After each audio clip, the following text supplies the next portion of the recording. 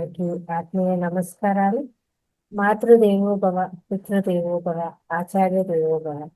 నాకు ఇంత చక్కటి జ్ఞానాన్ని అందించిన బ్రహ్మర్షి పితామహ పత్రిజీ గారికి, రమణ మహర్షుల వారికి, మహావతార్ బాబాజీ గారికి, సమస్త కుటుంబానికి, భూమాత ప్రకృతి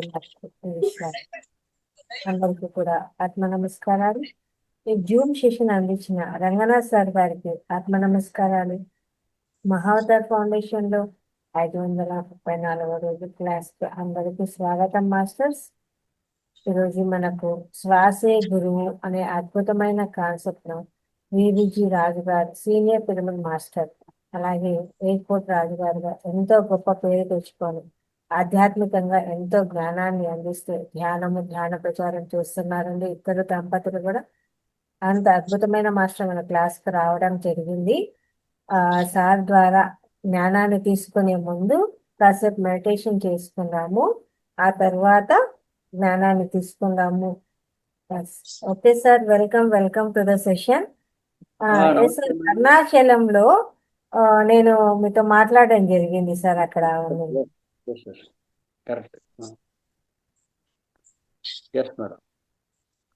మనం మెడిటేషన్ స్టార్ట్ చేద్దాం. 9:10 స్టార్ట్ చేద్దాం సార్. 9:10 అంతా స్టార్ట్ చేద్దామా? Okay sir. 9:15 స్టార్ట్ చేద్దాం, పర్వాలేదు. Okay sir. 10 minutes ఇప్పుడు 9:05 అవుతుంది. 9:15 కరెక్ట్గా స్టార్ట్ చేద్దాం. Sure sir, sure.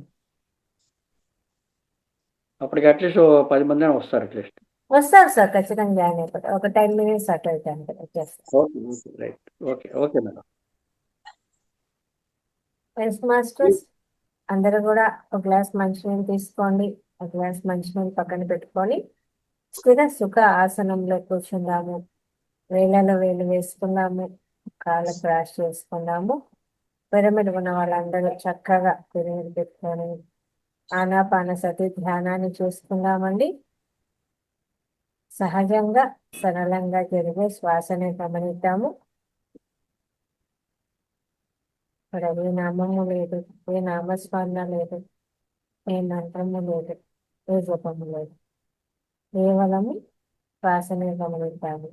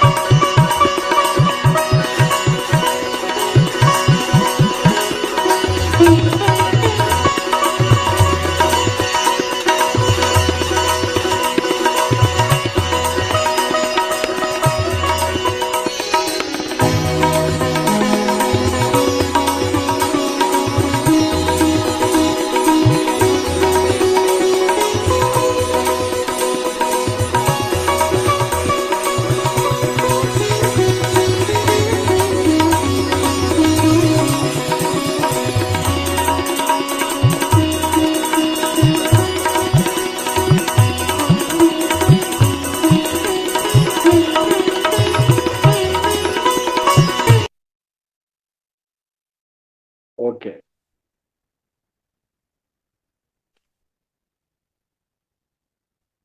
మాస్టర్స్ నెమ్మదిగా రెండు చేతులు విడదీసి రెండు కళ్ళ మీద పెట్టుకుందాము. 5, 4, 3, 2, 1. రెండు కళ్ళు తెరుస్తూ రెండు అరచేతులను చేసుకుందాము. ఇంతవరకు జరిగిన ధ్యానాన్ని మనకు అందించిన బ్రహ్మర్షి పితామహ పత్రిజీ గారికి చక్కగా ధన్యవాదాలు, కృతజ్ఞతలు తెలియజేసుకున్నామండి. Thank you. నెక్స్ట్ స్వాధ్యాయంలో భాగంగా శ్వాస అద్భుతమైన కాన్సెప్ట్ నాకు తెలియజేయడానికి సీనియర్ మాస్టర్ విజయ రాజు గారు క్లాస్కి రావడం జరిగింది చెన్నై నుంచి. సార్, నేను నా ఆధ్యాత్మిక ధ్యాన ప్రయాణంలో మిమ్మల్ని ఫస్ట్ క్లాస్ తీసుకునింది ఆ అదృష్టం నాకే కలిగింది సార్. అది డిసెంబర్లో ధ్యాన ప్రయాణం గురించి చెప్పింది, అది విన్నాను. ఎంత అద్భుతంగా అనిపించిందంటే మీ యొక్క ధ్యాన ప్రయాణం ఎలా సాగింది ఏంటి అనేది చాలా గ్రేట్ వర్క్ సార్. అది మీరు చిన్నతనం నుంచి మెడ్రాస్లో ఉండడము, అక్కడ చదువుకోవడము, ఎంతో కష్టపడి పైకి రావడము, చాలా సంసారము జరగక ఎలా ఉన్న కుటుంబం నుంచి ఒక అద్భుతమైన పొజిషన్కి వచ్చి ఆ వచ్చిన చోట అంటే హైదరాబాద్లోనే సార్ వాళ్ళు ఉండడము, అక్కడ మేడం గారికి హెల్త్ ఇష్యూ రావడంతో సార్ వాళ్ళు ఈ ధ్యానంలోకి రావాలనుకొని అక్కడ కూర్చోవడము, మేడం గారు కళ్ళు మూసుకొని కూర్చోగానే అక్కడ పత్రిజీ గారే ఫస్ట్ కనపడము, నాకు ఈయన కనపడినారు అని చెప్పడం, ఎంత అద్భుతం అవన్నీ మీరు చెప్తూ ఉంటే చాలా హ్యాపీ అనిపించింది. అక్కడి నుంచి మీరు ధ్యానం ద్వారా ఆరోగ్యం అనేది వస్తుందా, ఎన్నో డాక్టర్స్ కు చూపించి అనారోగ్య సమస్య నుంచి బయటపడక ఇబ్బంది పడుతుంది సార్ వాళ్ళు ధ్యానంలోకి వచ్చాక పూర్తి ఆరోగ్యవంతులైపోయారు మేడం గారు. అప్పటి నుంచి నమ్మి ఇద్దరు భార్యాభర్త ధ్యానంలో వచ్చి ఆ ధ్యానాన్ని తను ఉన్న ప్రతి చోట జాబ్లో కానీ ఎక్కడ కూడా ధ్యాన ప్రచారంలోనే ఉంటూ ఎంతో మందికి ఆధ్యాత్మిక జ్ఞానాన్ని అందిస్తున్నారండి. గొప్ప దంపతులు వీళ్ళు. చక్కగా అనంతకోటి ఆత్మీయ నమస్కారాలు తెలియజేస్తూ క్లాస్కు స్వాగతం పలుకుతున్నాం సార్ మీకు. Thank you very much sir. Over to you sir. నమస్తే. మరి ఇది ఈరోజు మనం తెలుసుకోబోయే కొన్ని విషయాలకు ముందర మన యొక్క గురువు గారు డాక్టర్ బ్రహ్మర్షి పితామహ పత్రిజీ గారికి, మరి మహావతార్ టీవీ నిర్వాహకులకి, ఈ రాత్రి సెక్షన్ నిర్వాహకులకి, జూమ్ సెక్షన్లో ఉన్న అందరికీ, యూట్యూబ్లో ఉన్న అందరికీ నమస్కృతి తెలుపుకుంటూ మనం కొన్ని విషయాలు తెలుసుకుందామండి. ఆ, ఈ కాలఘట్టంలో చూసారంటే ప్రతి ఒక్కళ్ళు ఏదో ఒక ఆధ్యాత్మిక మార్గాన్ని పట్టుకోవాలి, ఏదో ఒక ఆధ్యాత్మిక దారిలో ప్రయాణించాలి అని ప్రతి ఒక్కళ్ళు ఆ, ప్రయత్నం చేస్తున్నారండి. దానిలో ఏమైనా సందేహం ఉందా? లేదు.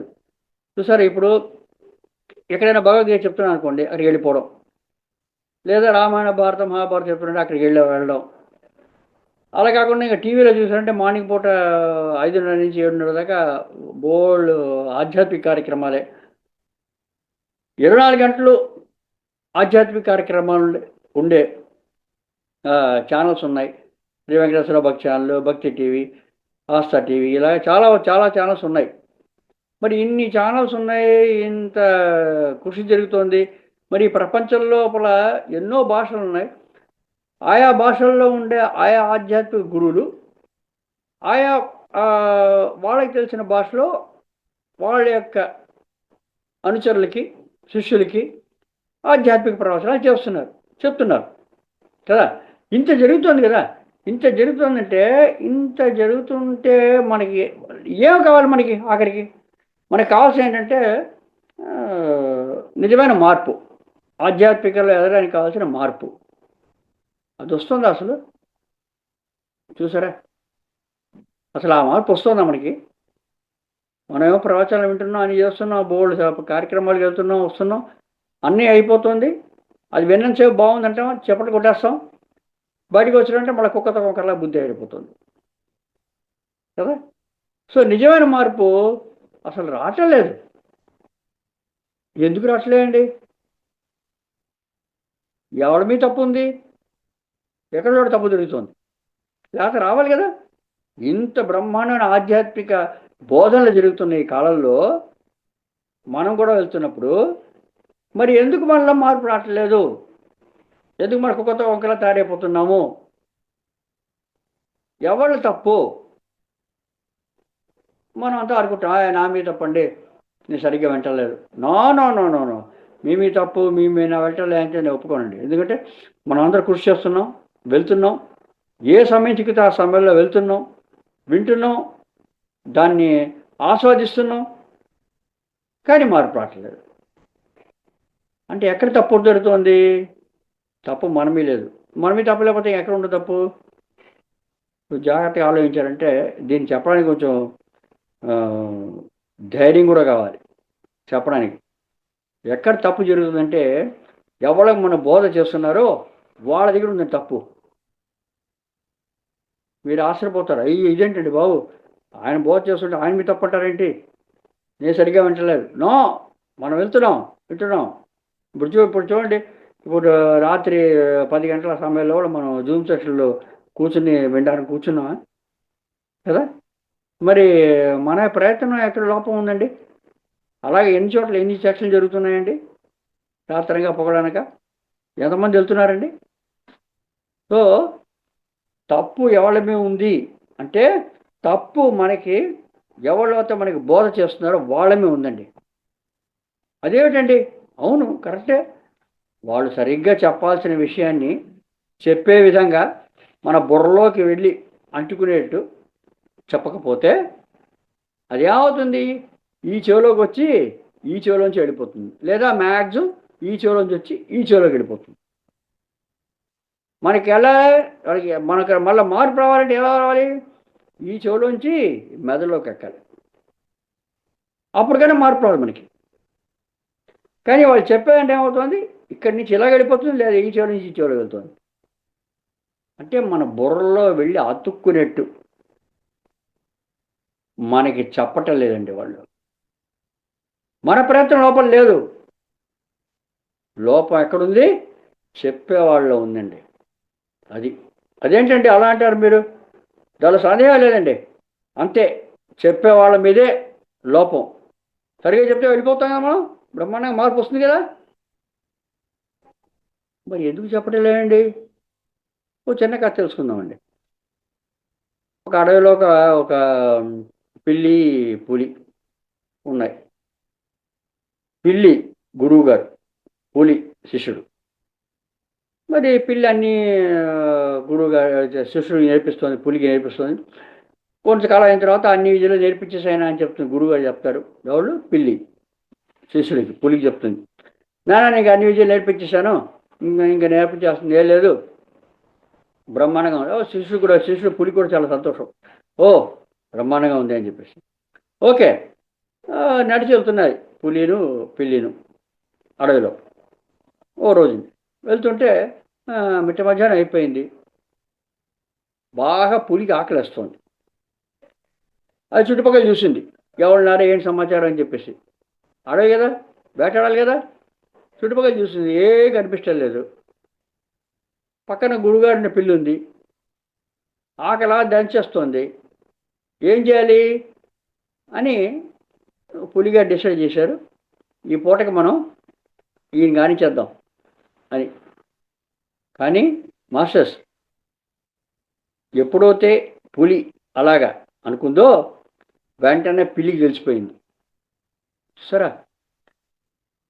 84 లక్షల జీవరాశులు ఉన్నాయి, 83,99,999 జీవరాశులు, ఒక మనిషి తప్ప. అవన్నిటికీ ఎదుటిగుండా ఉండే జీవి ఏ ఏ తలస్తోంది, ఏ ఆలోచిస్తోంది తెలిసిపోతుంది. ఒక మనిషికి మాత్రం తెలియదండి. ఎందుకంటే అన్ని జీవులు మనిషి తప్ప ప్రకృతి పరంగా జీవిస్తున్నారు. ఒక మనిషే తన మనసుని బుద్ధిని ఉపయోగించి తన ఇష్టం వచ్చినట్టు చేస్తున్నాడు ప్రకృతికి విరుద్ధంగా. అందువల్లనే అన్ని జీవుల కంటే ఉన్నతమైన దిశలో ఉన్నాడు మనిషి. అందువల్లనే తన ఇష్టం వచ్చినట్టు చేస్తున్నాడు. కాబట్టి తనకి ఆ శక్తి కోల్పోయాడండి. Okay, right. ఇప్పుడు పిల్లికి తెలిసిపోయింది, పుల్లి చంపడానికి వచ్చిందని, తినేస్తుందని చెప్పేసి. ఇంకా పరుగు అంతే, పరిగెడుతూ మొదలుపెట్టింది. పిల్లేమో చిన్నది సైజులో, పులేమో పెద్దది. పులి ఒక గంట కంటే పిల్లి 10 గంటల గంటలు వస్తుంది కదా. ఆయన కూడా ప్రాణభయం, చంపు తినేస్తుంది. ఇప్పుడు ఏం చేస్తాం, ఇంకా ఆకలిస్తుంది. అక్కడ గురువు శిష్యుల సంబంధం లేదు, అక్కడ ఆకలి అంతే, మృగం అంతే కదా. పరిగెడుతున్న ఆఖరికి ఏం చేయాలో తోచకుండా పిల్లి పరిగెత్తి ఆఖరికి చెట్టు కూర్చుంది. చెట్టు కూర్చున్న అంటే పులి పరిగెత్తుకు వచ్చింది. చెట్టు అక్కడ తెలీదు, టక్కన కింద ఉండిపోయింది.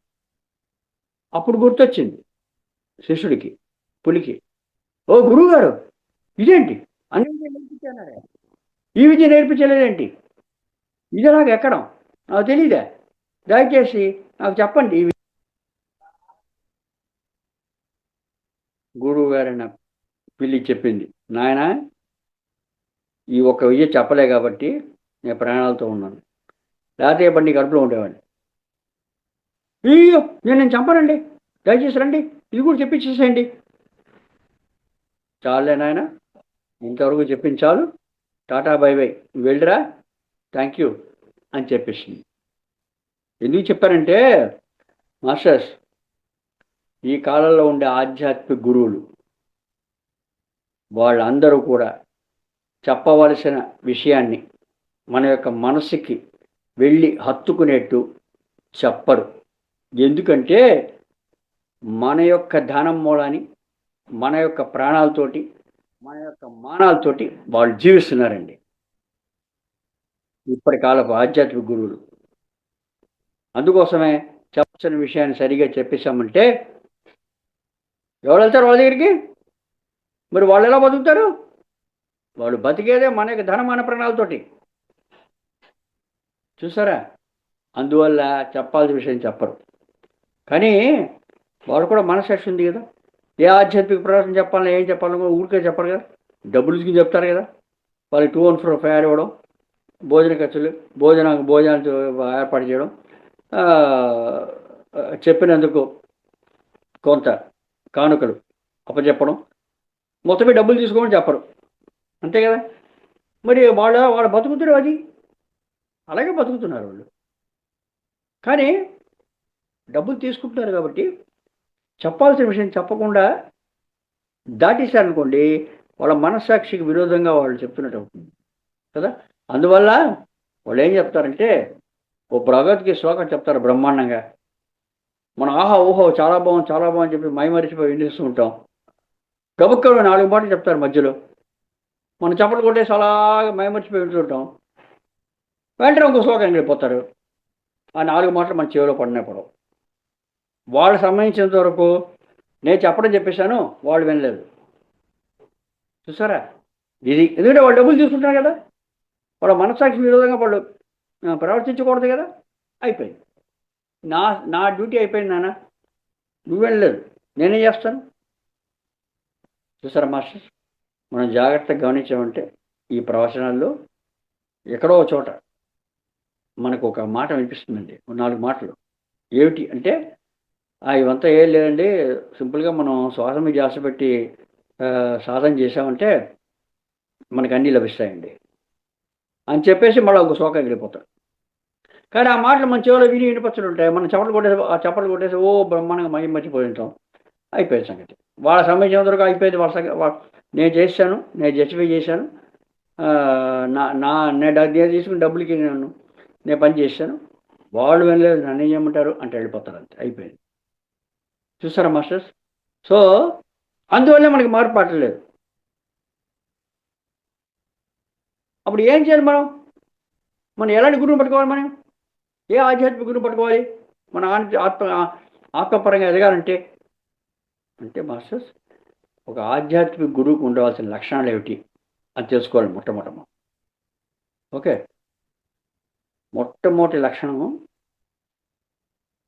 ఆధ్యాత్మికాన్ని మనకి బోధించడానికి ఒక్క పైసా తీసుకోకూడదండి. డబ్బులు తీసుకున్నారా, ఇగో ఇలాగే జరుగుతుంది, మనమే బతకాలి, వాళ్ళు అందుకో చెప్పరు, అయిపోయింది. వాళ్ళ సంబంధించిన వరకు చెప్పేసా అంటారు, మన చెవిలో కూడా లోపలికి వెళ్ళవు మాటలు. కానీ ఏం ప్రయోజనం? ఆధ్యాత్మికల్లో డబ్బులు తీసుకున్నారా, అది వ్యాపారం అయిపోతుంది. చూసారా, అందువల్ల ఆధ్యాత్మిక గురువు యొక్క మొట్టమొదటి లక్షణం ఒక్క పైసా తీసుకోకూడదు. రెండో లక్షణం, నాకు ఎప్పుడు కావాలో అప్పుడు చెప్పాలి. రాత్రి 12 గంటలకు వచ్చి నేను ఆధ్యాత్మికంగా నేను ఎదగాలనుకుంటున్నాను, ఏదో సాధన చేయాలనుకుంటున్నాను, గురువుగారు నాకు మార్గదర్శకం చేయండి. రాత్రి 12 గంటలకు ఎందుకు వస్తున్నావు, గెట్ అనకూడదు, చెప్పాలి. ఎప్పుడు కావాలో అప్పుడు నాకు చెప్పగలగాలి, ఆధ్యాత్మిక బోధ. మూడో లక్షణం, ఆ చెప్పే గురువు గారికి విశ్వం యొక్క జ్ఞానం ఉండాలి. విశ్వం అంటే ఏమిటి? విశ్వం అంటే ప్రపంచం కాదండి, మన భూమికి సంబంధించిన గ్రహాలు, సూర్యుడు, చంద్రుడు, ఇవన్నీ కలిపి మన భూలోకం. ఇలాంటి లోకాలు 1 లక్షల కొద్ది ఉన్నాయి. అన్ని లోకాలు కలిపి అంటే దాన్ని విశ్వం అంటాం. సో విశ్వంలో ఏ విషయాన్ని అడిగినా కూడా ఆ గురువు గారికి తెలియాలి, చెప్పాలి మనకి. లేకపోతే ఏం ప్రయోజనం అండి? వాళ్ళకి తెలియపోతే మనం వెళ్ళి ఏం ప్రయోజనం? 4వ లక్షణం, గుణం ఏమిటంటే, నా యొక్క మాతృభాషలో నాకు బోధ జరగాలండి. చూసారా, నా యొక్క మాతృభాషలో నాకు బోధన జరగాలి, అప్పుడే కదా నాకు పూర్తిగా అర్థమవుతుంది. లేకపోతే ఏం ప్రయోజనం? సో ఈ 4 లక్షణాలు. మొట్టమొదటి లక్షణం, ఒక పైసా తీసుకోకూడదు. రెండో లక్షణం, నాకు ఎప్పుడు కావాలంటే అప్పుడు చెప్పాలి. మూడో లక్షణం, విశ్వం యొక్క జ్ఞానం ఉండాలి ఆ గురువుకి. 4వ లక్షణం, నా యొక్క మాతృభాషలో నాకు బోధన జరగాలి. ఈ 4 లక్షణాలు ఉంటేనే అలాంటి గురువు మనకి ఆధ్యాత్మిక గురువుగా మనం ఎంచుకున్నామంటే మనకి మన పర్పస్ సాల్వ్ అయిపోయింది. అలా లేదా, ఈ 4ట్లో ఏ ఒక్కటి రాపోయినా కూడా, ఏ ఒక్కటి సరిగా లేకపోయినా కూడా మన పర్పస్, మన ఆధ్యాత్మిక గురువుని మనం వెతుక్కోలేదు. ఇక్కడ టైం వేస్ట్ అయిపోతుంది అంతే. టైం వేస్ట్ అవుతుంటే ఇక్కడ ఏమనుకున్నారు, రోజులు, నెలలు, సంవత్సరాలు కాలంలో టైం వేస్ట్ అంటే ఒక జన్మ అండి. ఈ జన్మ వేస్ట్ అయిపోతుంది. చూస్తారా, అందువల్ల ఎటువంటి గురువును మనం ఎంచుకోవాలి? ఈ ప్రపంచంలో ఎవరి దగ్గరికి వెళ్ళాలి, ఎక్కడికి వెళ్ళాలి? చూడండి, 4 ఉండాలి. నా మాతృభాషే చెప్పాలి. నా మాతృభాష అయినప్పటికీ నేను ఏ ఊళ్ళోనో ఆ ఊళ్ళోనే ఉండాల్సి వస్తుంది. చూసారా? ఆ ఊళ్ళో ఆ గురువు ఉన్నాడా? తెలియదు. డబ్బులు తీసుకోకుండా చెప్పాలి. ఓకే, డబ్బులు తీసుకోకుండా చెప్పగలిగినా కూడా ఎప్పుడు పడితే అప్పుడు చెప్పగలడా? కష్టం. ఆ గురువు విశ్వజ్ఞానం ఉందా? నాకు డౌట్ఫుల్. సో ఈ ప్రపంచం మొత్తం మనం వెతికినా కూడా మనకి మానవ మాతృల్లో ఇటువంటి గురువు దొరకడండి. చాలా కష్టం. మీరు చెప్పచ్చు, పత్రికారు చాలా గ్రేట్ గురువు అండి, ఆయన మనం గురువు చేసుకున్నాం అండి. Okay, okay, no problem. పత్రికారు మన గురువుగా చేసుకోవచ్చు, అన్నీ తెలుసు అతనికి. అతను ఒక పైసా తీసుకోకుండా మనకి ఆధ్యాత్మికంగా చెప్తున్నారు. ఎప్పుడు కావాలి అప్పుడు చెప్పగలడా? రాత్రి 12 వెళ్ళి 1 వెళ్ళి సార్ అంటే ఆయన తిరిగి వాల్సిపోయి ఉంటాడు. నువ్వు 12 వెళ్ళి తలుపు తట్టి చెప్పండి సార్ అంటే తాంతారు ఆయన కూడా. చూసారా? ఆయన విశ్వజ్ఞానం ఉండొచ్చు, నో అని చెప్పట్లేదు. 4వ విషయం, మాతృభాషలో చెప్పగలగాలి. మరి ఆయన మాతృభాష ఏమిటి? ఇన్ని భాషలో చెప్పగలడు. ఆయన తెలుగు లేదా హిందీ లేదా ఇంగ్లీషు, కొంచెం అలా ఎలా ఓ 10 భాషలు తమిళ్. దాని మించి సపోజ్ ఒక రష్యన్ వచ్చాయనుకోండి, చెప్పగలరా? రష్యాలో జపానీస్ వచ్చాడు, జపాన్లో చెప్పగలరా? చూసారా? సో 4 లక్షణాలు ఉండాలి. మనం ఈ ప్రపంచంలో ఏ మానవ మాతృ దగ్గరికి వెళ్ళినా కూడా ఈ 4 లక్షణాలు గురువు కనిపించండి. మరి మనం ఏం చేయాలి? ఎక్కడికి వెళ్ళాలి? ఎక్కడికి వెళ్ళి ఎతకాలి అంటే పత్రి గారే మనకి చెప్పారండి ఈ విషయాన్ని. నన్ను నువ్వు ఎక్కడికక్కడ పరిగెత్తి వెళ్ళక్కర్లేదు, నువ్వు నీ శ్వాసనే గురువుగా చేసుకోవాలి. ఆయనేమో చెప్పేశారు, చెప్పి వెళ్ళిపోయారు హాయిగా. ఎందుకు శ్వాసనే గురువుగా చేసుకోవాలని విశ్లేషణ చెప్పలేదు. నేనేమో బేసిక్గా నేను ఇంజనీర్. ఓకే, అన్నిటికీ నాకు ప్రూఫ్ కావాలి. ప్రూఫ్ లేకపోతే నేను ఒప్పుకోను కదా. ఆయనేమో చెప్పేశారు శ్వాస గురువు అని చెప్పేసి. ఎలా శ్వాస గురువు అని చెప్పేసి ఎలా ఎలా అని చెప్పి అడిగా అనుకోండి, శ్వాస గురువు పోయా అనేసాడు. అప్పుడు నేను మెడిటేషన్లో కూర్చుంటే నాకు క్లారిటీ వచ్చిందండి. నాకు వచ్చిన ఎరుక, దాన్ని మీకు చెప్తున్నాను. శ్వాసే గురువు అని గురువుగారు చెప్పారు, దానికి ఇంకా తిరుగులేదు. కానీ ఎలాగ శ్వాస గురువు అవుతుంది అనే విషయం నాకు ధ్యానంలో వచ్చిన ఈ అనుభవాన్ని మీతో పంచుకుంటున్నానండి. ఈ 4 లక్షణాలు నాకు ధ్యానంలో వచ్చినవే. డబ్బులు తీసుకోకుండా ఉండాలి, ఎప్పుడు కావాలంటే అప్పుడు చెప్పగలగాలి, విశ్వజ్ఞానం ఉండాలి, దాని తర్వాత మాతృభాషలో చెప్పాలి. ఇది ఎలాగా అని మనం తెలుసుకుందామంటే శ్వాసను గురువుగా తీసుకుంటే. సో మొట్టమొదటి లక్షణం ఏంటి? డబ్బులు తీసుకోకూడదు. మన శ్వాస మన దగ్గర డబ్బులు తీసుకుంటుందండి. అడిగిందా? డబ్బులు ఏమైనా అడిగిందా? ఒక పైసా ఇవ్వమని ఎప్పుడైనా? సపోజ్ శ్వాస అడిగింది అనుకోండి, ఒక శ్వాసకు ఒక పైసా ఇవ్వమని చెప్పేసి మనందరం డబ్బులు కట్టాల్సి వస్తుంది. ఒక రోజుకి 21,600 శ్వాసలు. ఒక శ్వాసకు ఒక పైసా అడిగితే 21,600 పైసలు మనం ఇవ్వాలి. 21,600 పైసలు అంటే 216 రూపాయలు. సరే, ఓకే, మనం లెక్క పెట్టుకోవడం చాలా సులభంగా ఉండి 200 రూపాయలు పెట్టుకుందాం. 200 రూపీస్. ఓకే, ఒక రోజుకి. మరి ఒక నెలకి 6,000 రూపాయలు. నెలకు 60 రూపాయలు నేను కట్టాలి ఒక శ్వాస ఒక పైసా అడిగితే. సపోజ్ మన మామిడికి ఎవరు కడతారు? ఇంకో 6,000 రూపాయలు. మా అమ్మ నాన్నకి చేరు 6,000 రూపాయలు. నలుగురు అయ్యాయి, 4,600. 5 పిల్లలు ఉన్నారు, వాళ్ళకి ఎవరు కడతారు? వాళ్ళకి 6,000 రూపాయలు, చేరు 6,000. సో మొత్తం 6 మంది అయ్యారు. నేను, మా ఆవిడ, మా అమ్మ, మా అమ్మ నాన్న, మా 5 పిల్లలు. 6గురికి నెలకి 6,000 రూపాయలు చొప్పున 6 × 6 36,000 కట్టాలి. ఏమిటి? ఒక్క పైసా అడిగితే, ఒక శ్వాసకు ఒక పైసా అడిగితే నెలకి 6,000 రూపాయలు చొప్పున 36,000 రూపాయలు మనం కట్టాల్సి వస్తుంది. అరే, ఎంత సంపాదించాలి మనం?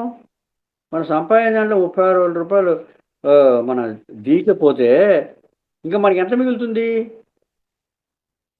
చూసారా? సో ప్రాక్టికల్గా మన శ్వాస మన ఒక పైసా డబ్బు అవుతుంది. ఫ్రీ.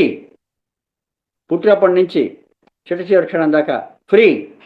ఎన్నైనా తీసుకో, ఎంతైనా తీసుకో, ఎంతసేపైనా తీసుకో, నీ ఇష్టం, ఫ్రీ. చూసారా, మన శ్వాస మన ఒక పైసా అడగట్లేదు.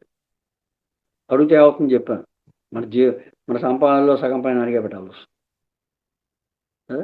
అందువల్ల మొట్టమొదటి లక్షణం ఒక పైసా తీసుకోకూడదు. ఆధ్యాత్మిక గురువు శ్వాసని గురువు ఎంచుకుంటున్నాడు కాబట్టి మొట్టమొదటి గుణం టిక్ చేద్దాం. ఓకే, చెప్పేసేయచ్చు. రైట్. ఇంకా రెండో గుణం ఏంటి? రెండో లక్షణం, నాకు ఎప్పుడు కావాలో అప్పుడు నాకు ఆధ్యాత్మిక జ్ఞానం చెప్పాలని ఆ గురువు రెడీగా ఉండాలి. ఎస్, మీరు పుట్టినప్పటి నుంచి చెట్టు శిక్షణంతగా శ్వాస మీతోటే ఉంది కదా, ఆ గురువుగారితో ఉండండి. రాత్రి 12 o'clock 1 గంటకి తెల్లగంట లేచి నేను సాధన చేయాలి, ఆధ్యాత్మికంగా తెలుసుకోవాలంటే ఓకే, గురువుగారితో ఉండు, శ్వాసతో కూడా కూర్చో. ఎవడొద్దున్నాడు? చూసారా? సో ఎప్పుడు కావాలంటే అప్పుడు నా ఆధ్యాత్మిక గురువు నాతో ఉంటాడు చెప్పడానికి. మనం వింటున్నాం లేదో అది వేరే సంగతి, ఆయన రెడీగా ఉంటాడు చెప్పడానికి. మనం వింటలేదు, అది వేరే సంగతి. Okay, right. రెండో లక్షణం టిక్ చేయొచ్చు. నాకు ఎప్పుడు కావాలో అప్పుడు చెప్పడానికి నా గురువు రెడీగా ఉంటాడు. రైట్. ఇంకా మూడో లక్షణం ఏంటి? మూడో లక్షణం, ఆ ఆధ్యాత్మిక గురువుకి విశ్వం యొక్క జ్ఞానం ఉండాలి. 2 లక్షణాలు ఓకే అన్నాం, శ్వాసని గురువుగా తీసుకున్నాం అలానే. ఇంకా మూడో లక్షణం విశ్వజ్ఞానం. అది ఎలా లభిస్తుందండి? అది ఎలా ప్రూవ్ చేస్తాం మనం? దాన్ని ఎలా నిరూపిస్తాం? విశ్వ యొక్క జ్ఞానం ఉందని శ్వాసకి, అదే మనం తెలుసుకోవాల్సిందండి. ఈ క్లారిఫికేషనే నాకు వచ్చిందనమాట. దాన్ని మీతో పంచుకోవడానికి నేను ఉపక్రమిస్తున్నాను. Okay, right. ఇందాక విశ్వం అంటే ఏమనుకున్నాం? విశ్వం అంటే ఏంటండి? ప్రపంచం కాదు, మనలాంటి భూలోక ప్రపంచాలు కొన్ని లక్షలు ఉన్నాయి, అవన్నీ కలిపితే విశ్వం ఉన్నాం. చూసారా? సో ఆ విశ్వం లోపల ఎక్కడ దేని గురించి ఏం అడిగినా కూడా చెప్పడానికి రెడీగా ఉండాలి శ్వాస అనే గురువుకి కదా. రైట్. విశ్వం అంటున్నాం కదా. దేని గురించి మనం అడుగుతాం? ఏదో వస్తువు గురించో, ఏదో ఒక జీవి గురించో, దేని గురించో మనం అడుగుతాం. అంటే దానికి ఆకారం కావాలి, ఒక కలర్ కావాలి, ఓ వెయిట్ కావాలి, ఓ హైట్ కావాలి, అన్నీ ఉండాలి. దేని గురించి మనం తెలుసుకోవాలని కూడా అది తెలుసుకునే విషయం. సో ఈ సృష్టి లోపల ఏ వస్తువుని కానీ, ఏ జీవిని కానీ దాని గురించి మనం తెలుసుకోవాలంటే వాటి గురించి జ్ఞానం మనకు తెలియాలండి. అంతే. విశ్వంలో సూర్యుడి మీద ఎలా ఉంది ఇప్పుడు అని తెలుసుకోవాలంటే సూర్యుడి గురించి జ్ఞానం కావాలి. చంద్రుడి మీద ఎలా ఉంది ఆ జ్ఞానం కావాలి. అమెరికాలో ఎలా ఉంది ఆ జ్ఞానం కావాలి. శుక్రుడి మీద ఎలా ఉంది ఆ జ్ఞానం కావాలి. యురేనస్, నెప్ట్యూన్, ధ్రువ నక్షత్రాలలో ఎలా ఉంది ఆ జ్ఞానం కావాలి. చూసారా? సో వాటి జ్ఞానం మనకి ఎలా లభిస్తుంది? ఈ శ్వాసని గురువుగా తీసుకుంటే. అంటే మాస్టర్స్, సృష్టి లోపల ఏం జరిగినా కూడా దేంతో జరుగుతాయండి? సృష్టి లోపల మొత్తం సృష్టి అంతా మూల పదార్థాలతోటి చేయబడింది. ఏమిటా మూల పదార్థాలు? అవే పంచభూతాలు. చూసారా? ఈ సృష్టి లోపల మీరు ఎక్కడికి వెళ్ళినా, ఏం చేసినా, ఏవైనా కూడా దేంతో తయారు చేయబడి ఉంటాయి? వస్తువు కానీ, జీవం కానీ, ఏదైనా సరే, చర అచర వస్తువులు, జీవులు అన్నీ కూడా దేంతో తయారు చేయబడి ఉంటాయి? అన్నీ కూడా పంచభూతాలతో తయారు చేయబడ్డవే. పంచభూతాలు ఏంటండి? పంచభూతాలు మనకు తెలిసినవే: భూమి, నీరు, నిప్పు, గాలి, ఆకాశం. మీకు తెలిసినవి కదా. మరి పంచభూతాల గురించి మనం తెలుసుకున్నాం అనుకోండి, విశ్వ లోపల దేని గురించి మనం తెలుసుకోవచ్చండి. అంతే కదా. ఇప్పుడు చంద్రుడి మీదకి వెళ్ళాలనుకోండి, చంద్రుడి గురించి తెలుసుకోవాలి. చంద్రుడి మీద ఏముంటుందండి? చంద్రుడి మీద భూమిలో అంత గాలి ఉండదు. కాకపోతే గాలి పరిమాణంలో ఆక్సిజన్ తక్కువ ఉంటుంది, కానీ గాలి ఉంటుంది కదా. చల్లదనం ఎక్కువ ఉంటుంది, బాగా చల్లగా ఉంటుంది. అంటే ఉష్ణోగ్రత చల్లగా ఉంటుంది, ఉష్ణది చల్లగా ఉంటుంది. చంద్రుడి మీద భూమి తత్వం ఉంది, చంద్రుడి మీద నీటి తత్వం ఉంది. చూసారా, చంద్రుడి మీద ఆకాశంతో ఉంది.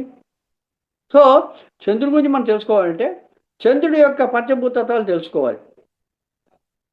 అదేవిధంగా సూర్యుడి గురించి తెలుసుకోవాలనుకోండి, సూర్యుడి యొక్క పంచభూత తత్వాలు తెలుసుకోవాలి. ఎందుకంటే అన్ని పంచభూతాలతో చేసినవే, వాటి యొక్క నిష్పత్తులు వేరువేరుగా ఉంటాయి, అంతే. ఇప్పుడు మన శరీరం తీసుకున్నాం అనుకోండి, మన శరీరం తీసుకున్నామంటే మన శరీరం లోపల అది కూడా పంచభూతాలతో చేసిందే కదా కదా. ఎక్కడెక్కడికో వెళ్ళి అవస్థపడి ఒక్కోటి వెళ్ళి తెలుసుకునే బదులు ఆ పంచభూతాల యొక్క ఫార్ములా తెలుసుకున్నాం అనుకోండి, అన్ని పంచభూతాలతో తయారు చేసి ఆ ఫార్ములా సూత్రం తెలుసుకుంటే ఆ సూత్రం లోపల మనం దాని యొక్క విలువల్ని పెట్టిస్తాం అనుకోండి, ఆటోమేటిక్గా దాని యొక్క జ్ఞానం తెలుస్తుంది. ఇప్పుడు ఒక చిన్న ఉదాహరణ చెప్పుడు, a+b² మన లెక్కలో తెలుసుకున్నాం మనం. a+b², దాని ఆ ఫార్ములా యొక్క ఆ సూత్రం యొక్క ఇదేంటంటే ఎక్స్పాన్షన్ ఏమిటి? a² + b² + 2ab, అంతే కదా. a+b² = a² + b² + 2ab. ఏ అంటే ఏంటి, బి అంటే ఏంటి? ఏ అనేది ఒక విలువ, బి అనేది ఒక విలువ, ఒక మూలకం. ఏ అనేది ఒక మూలకం, బి అనేది ఒక మూలకం, సింపుల్గా ఒక విలువ. సో ఏ విలువ మనం ఇచ్చినా కూడా ఏకి, ఏ విలువ మనం ఇచ్చినా బికి, a+b² యొక్క వాల్యూ మనకు తెలిసిపోతూ ఉంటుంది. ఇక్కడ మనం ఏ అండ్ బి యొక్క వాల్యూస్ చెబుతున్నాయి, కానీ సూత్రం మాత్రం సేమే. అదేవిధంగా పంచభూతాలు యొక్క సూత్రాన్ని మనం తెలుసుకున్నామంటే ఎక్కడికి వెళ్ళినా కూడా, విశ్వంలో ఎక్కడికి వెళ్ళినా కూడా, ఏ వస్తువు గురించి తెలుసుకోవాలనుకున్నా, దేని గురించి తెలుసుకోవాలని కూడా ఆ వాల్యూస్ వేరువేరుగా ఉంటాయి తప్ప సూత్రం ఒకటే. a+b² సేమే, ఏ వాల్యూ బి వాల్యూ డిఫరెంట్గా ఉంటుంది. ఇక్కడ a+b, ఇప్పుడు పంచభూతాలతో చేశాం కాబట్టి ABCDE అనుకుందాం. ఏ భూమితత్వం, బి నీటితత్వం, సి నిప్పుతత్వం, డి గాలితత్వం, ఈ ఆకాశతత్వం. సో ABCDE ఫార్ములా చేసుకున్నాం అనుకోండి, ఏమైనా చూసుకోవచ్చు మనం విశ్వం లోపల. సో ఎక్కడికి వెళ్తాం మనం ఈ ఫార్ములా చేసుకోవడానికి?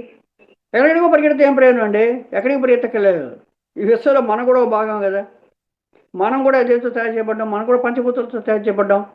సో మనలో ఉండే పంచభూత తత్వాన్ని మనం తెలుసుకుందాం. మనలో ఉండే ABCDEలు తెలుసుకున్నాం అనుకోండి, మన సూత్రం తెలిసిపోతుంది.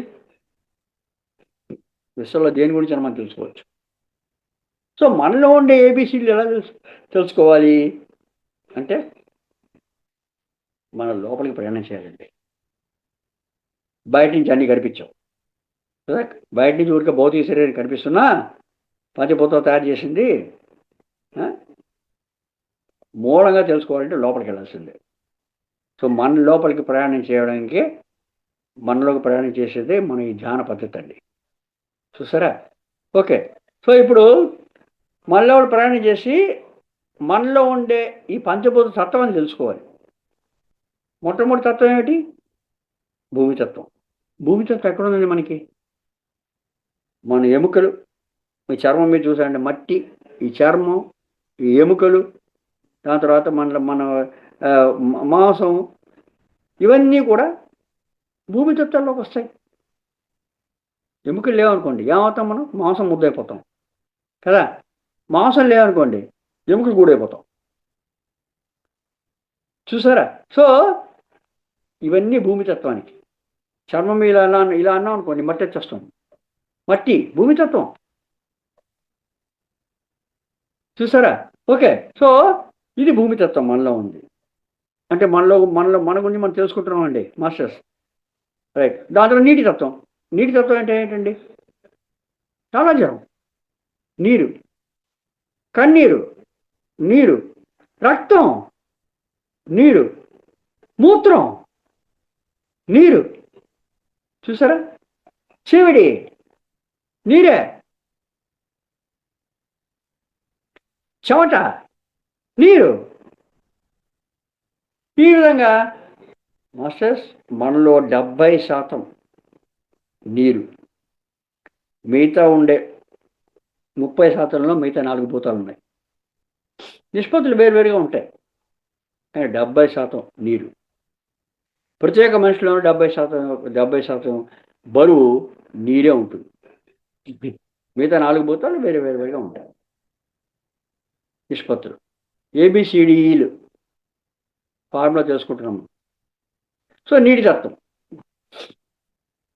దాని తర్వాత మూడోది ఉష్ణతత్వం. ఎక్కడుంది మన లోపల ఉష్ణతత్వం? ఎక్కడ ఆరంభిస్తుంది? జఠరాగ్ని.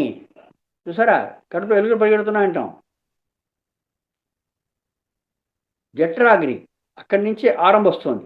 మనం తీసుకున్న ఆహారం, మన గాల్లో తీసుకున్న ఆక్సిజన్ ద్వారా లోపల ఇంకొక స్టవ్ వెలిగించి దానిలో మళ్ళీ కుక్ చేస్తున్నాము. తీసుకున్న ఆహారం డైరెక్ట్గా రక్తంగా మారిపోతుందా? లేదే. మళ్ళా లోపల వంట చేస్తున్నాం మనం. జీర్ణాశయం, వంటిల్లు, దాని లోపల మనం మళ్ళా స్టవ్ వెలిగించి జీర్ణాశయం పాత్ర లోపల సామగ్రులన్నీ వేసి దాని లోపల రసాయనాలన్నీ ఊడిన తర్వాత అదే దానికి కావాల్సిన ఉప్పు చింతపండు అన్నీ వేసి, పచ్చమిరపకాయలు అన్నీ, ఎండుమిరపకాయలు అన్నీ వేసి, చూసారా రసాయనాలు ఫుల్గా అవన్నీ వేసి మళ్ళా ఫుల్గా జీర్ణమైన తర్వాత, జీర్ణమై కరెక్ట్గా చిన్న ప్రేగు దగ్గరికి వచ్చేప్పటికి చిన్న ప్రేగు ఇటువైపు జీర్ణమైన ఆహారము, అటువైపు గోడ వైపు రక్తం అయిపోయింది. మాస్టర్స్ ఇంతవరకు ఎవరు కనిపెట్టలేకపోయారు ఎలా ఆహారం రక్తంగా మారుతుంది. చూసారా, చిన్న గోడకి ఇటువైపు జీర్ణమైన ఆహారం, చిన్న ప్రేగు గోడకి అటువైపు రక్తం అయిపోయింది. రక్తం శరీరం మొత్తం ప్రవేశిస్తుంది. అది వేరే సంగతి. సో ఈ విధంగా కడుపు లోపల జీర్ణమైన ఆహారం మన శరీరం మొత్తం రక్తం రూపంలో ప్రవహిస్తుంది. మన శరీరం మొత్తం ఆ రక్త రూపంలో ప్రవహిస్తున్నప్పుడు ఆ జీర్ణమైన ఆహారంలో ఉండే ఆ టెంపరేచర్, ఆ వేడి, ఆ ఉష్ణతత్వం శరీరం మొత్తం రక్తం మూలంగా వెళ్తుంది. మాస్టర్స్, పంచభూతత్వాలు ఎప్పుడు కలిసే ఉంటాయండి, విడివిడిగా ఉండవు. ఇది గుర్తుపెట్టుకోవాలి మనం. పంచభూతత్వాలు అన్నీ కలిసే ఉంటాయి, విడివిడిగా ఉండనే ఉండవు. పంచభూతత్వాల్లో ఏ ఒక తత్వం కానీ మన శరీరంలో వెళ్ళలేదా ఆటోమేటిక్గా ఆ భాగం చచ్చిపడిపోతుంది. ఇప్పుడు కుష్ఠరోగులు చూసిన కుష్ఠరోగులు, వాళ్ళకి వేళ్ళంతా ఇలా చీవు రక్తం కాదు అలా వేరైపోతుంటాయి, వేళ్ళని కట్టిపోయి ఉంటాయి. ఏం జరుగుతుంది అక్కడ?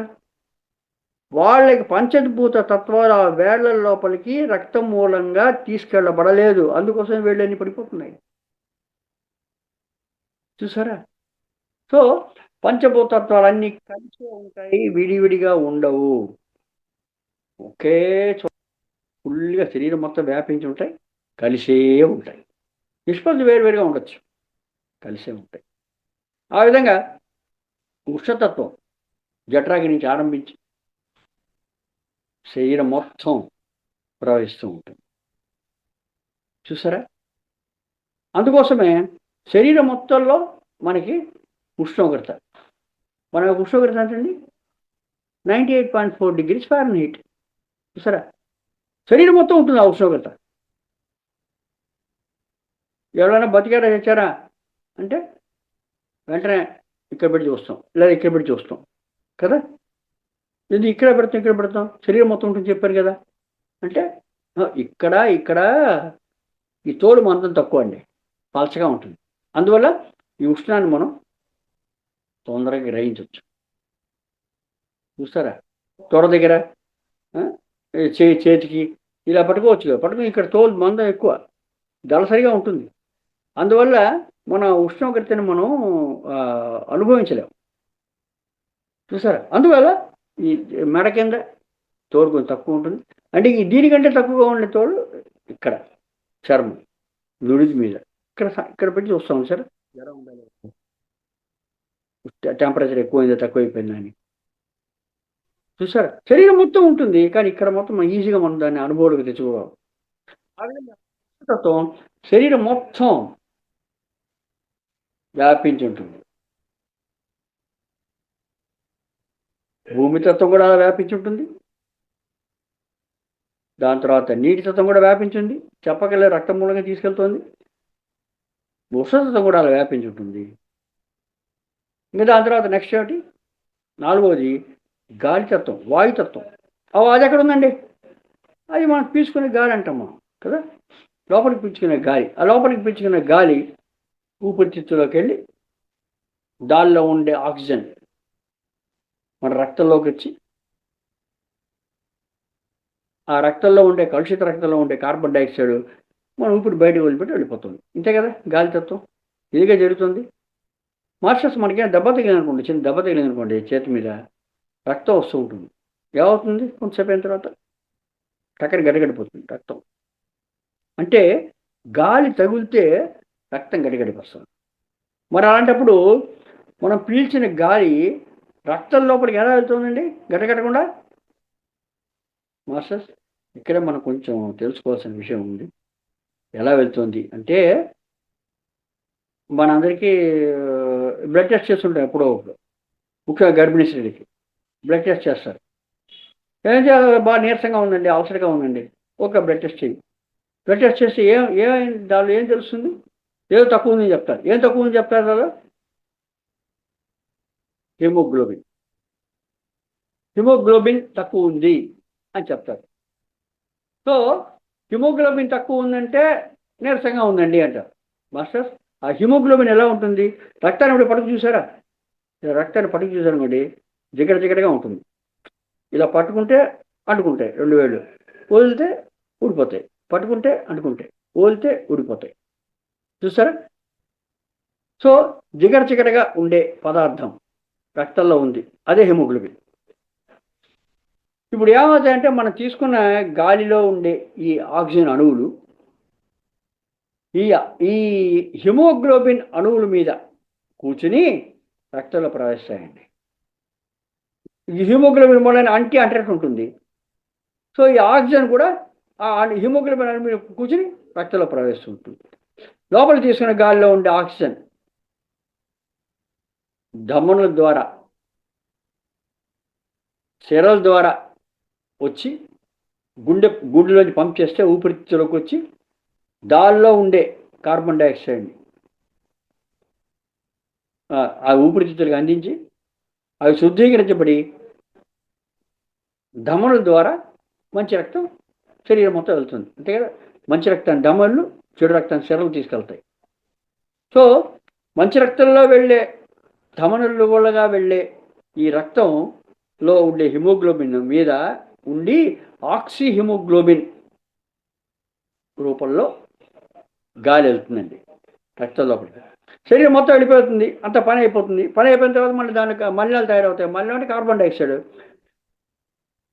శరీరంలోకి వచ్చేస్తుంది. శరీరంలోంచి వచ్చే కార్బన్ డైఆక్సైడ్లో కార్బోహిమోగ్లోబిన్ రూపంలో వచ్చి మళ్ళా గుండెకి వచ్చి పంప్ చేసి ఊపిరితిత్తులోకి వచ్చి గాలిలోంచి మళ్ళీ ఆక్సిజన్ తీసుకుని దమ్ములో వెళ్ళి ఇలా జరిగిపోతూ ఉంటుంది అంతే.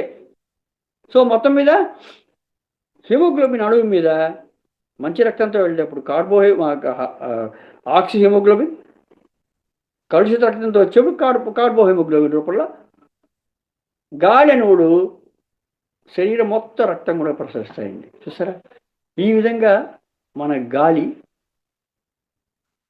శరీరం మొత్తం తిరుగుతోందండి. చూసారా? మన అనుకున్నట్టు గాలి ఊకే పీల్చింది గాలి పీల్చేసాం కదా అని అనుకోకండి. ఆ గాలి 5 విధాలుగా మారుతుంది.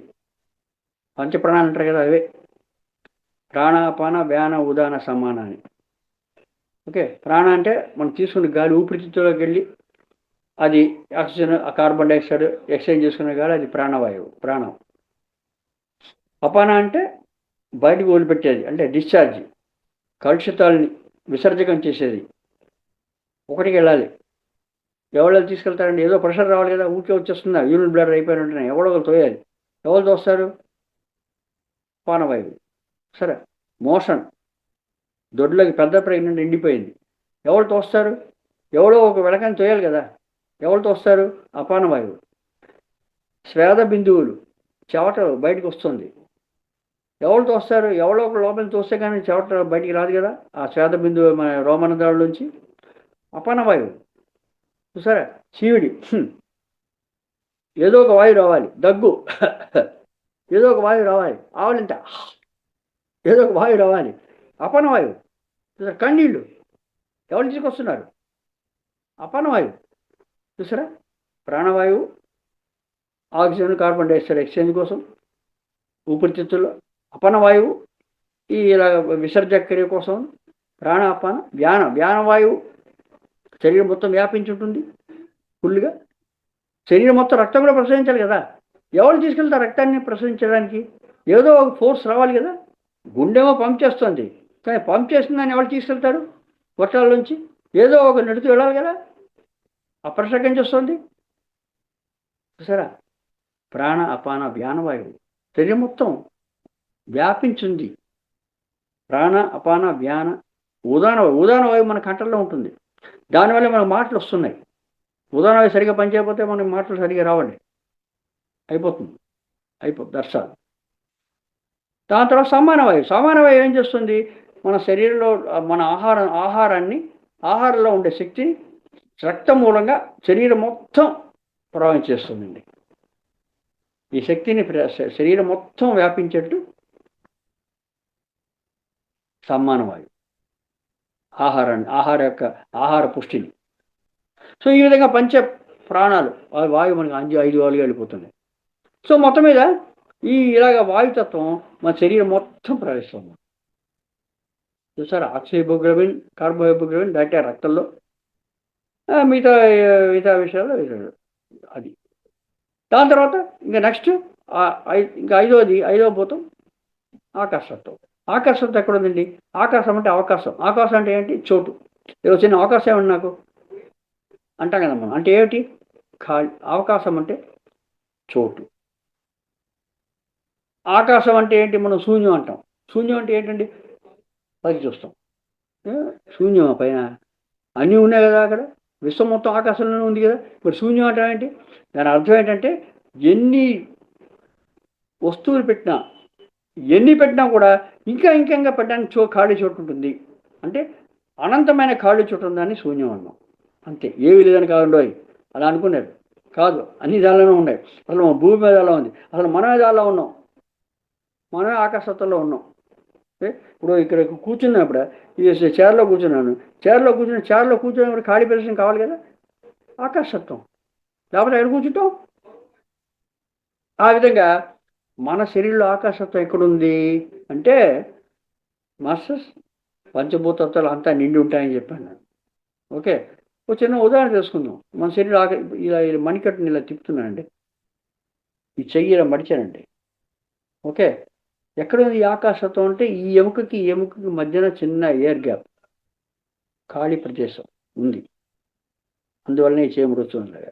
ఇలా మణికట్టు తిప్పుతున్నా అంటే ఈ చిన్న నరాలకి, దాని తర్వాత ఎముకలకి మధ్యన చిన్న ఖాళీ ప్రదేశాలు ఉన్నాయి. అందుకోసమే ఇలా వంగుతున్నాను. వెన్నెముకకు పూసకి మధ్యన ఖాళీ ప్రదేశం ఉంది కాబట్టి వంగుతున్నాను. మెడలు తిప్పుతున్నాను. ఇలా తిప్పుతున్నా అంటే మెడ నరాలకి, మెడ ఎముకలకి మధ్యన చిన్న ఖాళీ ప్రదేశం ఉంది, అందుకోసం తిప్పగలుగుతున్నాను. ఆ ఖాళీ ప్రదేశం లేకపోతే అంతే, ఇలా ఉండిపోతుంది. మళ్ళీ ఇలా పొరపాటు తిరగాల్సిందే. అలాగే తిరుగుతున్నాం. లేదా ఎవరైనా చచ్చిపోయి అనుకోండి, చచ్చిపోయి ఒక 4 or 5 hours అయిపోయిన తర్వాత చెయ్యి మడవని చూద్దాం, నీళ్ళుకుపోయి ఉంటుంది, మడవలేము. ఎందుకు మడవలేము? పంచభూతత్వంలో ఉండే ఆకాశంలో కలిసిపోయింది, అంతే. ఆకాశంలో కలిసిపోయింది, ఈ గ్యాప్ పోయింది, అందుకోసం మడవలేము. గట్టిగా మీరు జబర్దస్త్గా మడిచి అంటే ఎముక విరిగిపోతుంది, చెయ్యి విరిగిపోతుందేమో, కానీ మామూలుగా మడవదు. ఆ విధంగా ఆకాశత్వం మన శరీరం మొత్తం ఉందండి. ఈ నరం ఉంది ఇక్కడ, ఈ నరం ఇక్కడ ఉందంటే దానికి ఖాళీ ప్రదేశం కావాలి కదా, లేకపోతే ఎలా ఉంటుంది? ఈ నర పక్కన ఇంకో నరం ఉంది, దానికి ఖాళీ ప్రదేశం కావాలి కదా. అలా ఆకాశత్వం మొత్తం మన శరీరం మొత్తం ఉందండి. చూసారా మాస్టర్స్? ఈ విధంగా పంచభూత తత్వాలు మన శరీరంలో ఫుల్గా ఉన్నాయి. రైట్, బాగా ఉంది. సో ఎందుకు ఇవన్నీ తెలుసుకుంటున్నాం అండి? మన ABCD సూత్రం తెలుసుకోవాలండి మన లోపల ఉండే. సో మనలో ప్రయాణం చేసి తెలుసుకోవాలనుకున్నాం. అందుకోసం ఇవన్నీ ఎక్కడున్నాయి తత్వాలను తెలుసుకున్నాం. ఇప్పుడు ప్రయాణం చేయాలి. ప్రయాణం చేసి తెలుసుకోవాలి. రైట్. భూమి తత్వం, ఎముకలు, మాంసము, కండరాలు, నరాలు, ఇవన్నీ, చర్మం, ఇవంతా భూమి తత్వం. ఈ భూమి తత్వం ఎలాగ పెరుగుతోంది, ఎలాగ క్షీణిస్తోంది, ఎలాగ మారుతోంది అనే విషయాన్ని మనసుతో గ్రహించలేమండి. ఓ చూసారా, ఎముక కొంచెం పెరిగింది, ఎముక కొంచెం తగ్గింది, ఇక్కడ కండ పెరిగింది, ఓ కండ తగ్గిపోయింది, ఎలా తెలుసుకుంటా? చాలా కష్టం కదా. అంటే మనం మనసుతో తెలుసుకోలేము, మనసు ఎరుకతోటి లేదు, తెలుసుకోలేదు. అందుకోసం భూమి తత్వాన్ని పక్కన పెట్టాం. అన్నీ కలిసే ఉంటాయి మాస్టర్స్, గుర్తుపెట్టుకోవాలి. అన్ని పంచభూతత్వాలు అన్నీ కలిసే ఉంటాయి, భూమి తత్వాన్ని పక్కన పెట్టాం. ఓకే. దాని తర్వాత నీటి తత్వం, రక్తము, లాలాజలము, మూత్రము, కన్నీరు, అన్నీ అన్నీ అన్నీ ఉన్నాయి. రక్తం ఇక్కడ ప్రవహిస్తుంది, అలా ప్రవహిస్తుంది, ఇంత ఎక్కువైంది, ఇంత తక్కువైంది, కన్నీళ్ళు వచ్చేస్తున్నాయి, మూత్రం ఎంత వచ్చింది, నిండిపోతుంది. ఎలాగ మనం మనసుతోటి మనం గ్రహించగలమండి? మనసుతో గ్రహించలేం. ఉంది, ఏం చెప్పట్లేదు, ఉంది, కానీ మనసుతోటి మనం గ్రహించలేము, దాన్ని అనుభూతి పొందలేం. ఇలా ఉందని అలా అనుభూతి పొందితే కదా దాని గురించి తెలుసుకోవడానికి అవుతుంది. అందువల్ల నీటి తత్వాన్ని మనం పక్కన పెట్టిస్తాం. దాని తర్వాత నిప్పు తత్వం. ఓకే, లోపలికి వెళ్ళినామంటే జీర్ణం అవుతుంది. ఇడ్లీ సాంబార్ తిన్నామంటే చూడు ఇడ్లీ జీర్ణం అవుతుంది, సాంబార్ జీర్ణం అవుతుంది, రెండు కలిపి జీర్ణం అవుతున్నాయి. ఎలాగైనా మనసులో మనం గ్రహించగలమా ఈ జీర్ణక్రియ ఎలా జరుగుతుందని? జరిగి దాని తర్వాత ఇది ఉష్ణతత్వంగా మారుతుంది. ఎక్కడ తెలుసుకుంటామండి? మనసుతోటి మనం గ్రహించగలమా అసలు ఈ విషయాన్ని? ఆటోమేటిక్గా జరిగిపోతున్నాయి ఇవన్నీ. అందువల్ల ఉష్ణతత్వం, నిప్పు తత్వాన్ని, అగ్నితత్వాన్ని మనం పక్కన పెట్టేస్తాం. ఇంకా ఆకాశతత్వం. ఓకే, ఆకాశం అంటే ఏంటి? ఖాళీ ప్రదేశం. శరీరం మొత్తం ఉందని చెప్పాం, ఎన్నో చోట్ల జాయింట్లు గీంట్లు అంటాను. ఈ చేతికి మధ్యనే ఇంత ఖాళీ ప్రదేశం ఉందండియా, ఈ నరాల మధ్య ఇంత ఖాళీ ప్రదేశం ఉంది. అసలు మనం ఏమైనా అనుకోగలమా, తెలుసుకోగలమా, మనసుతోటి గ్రహించగలమా?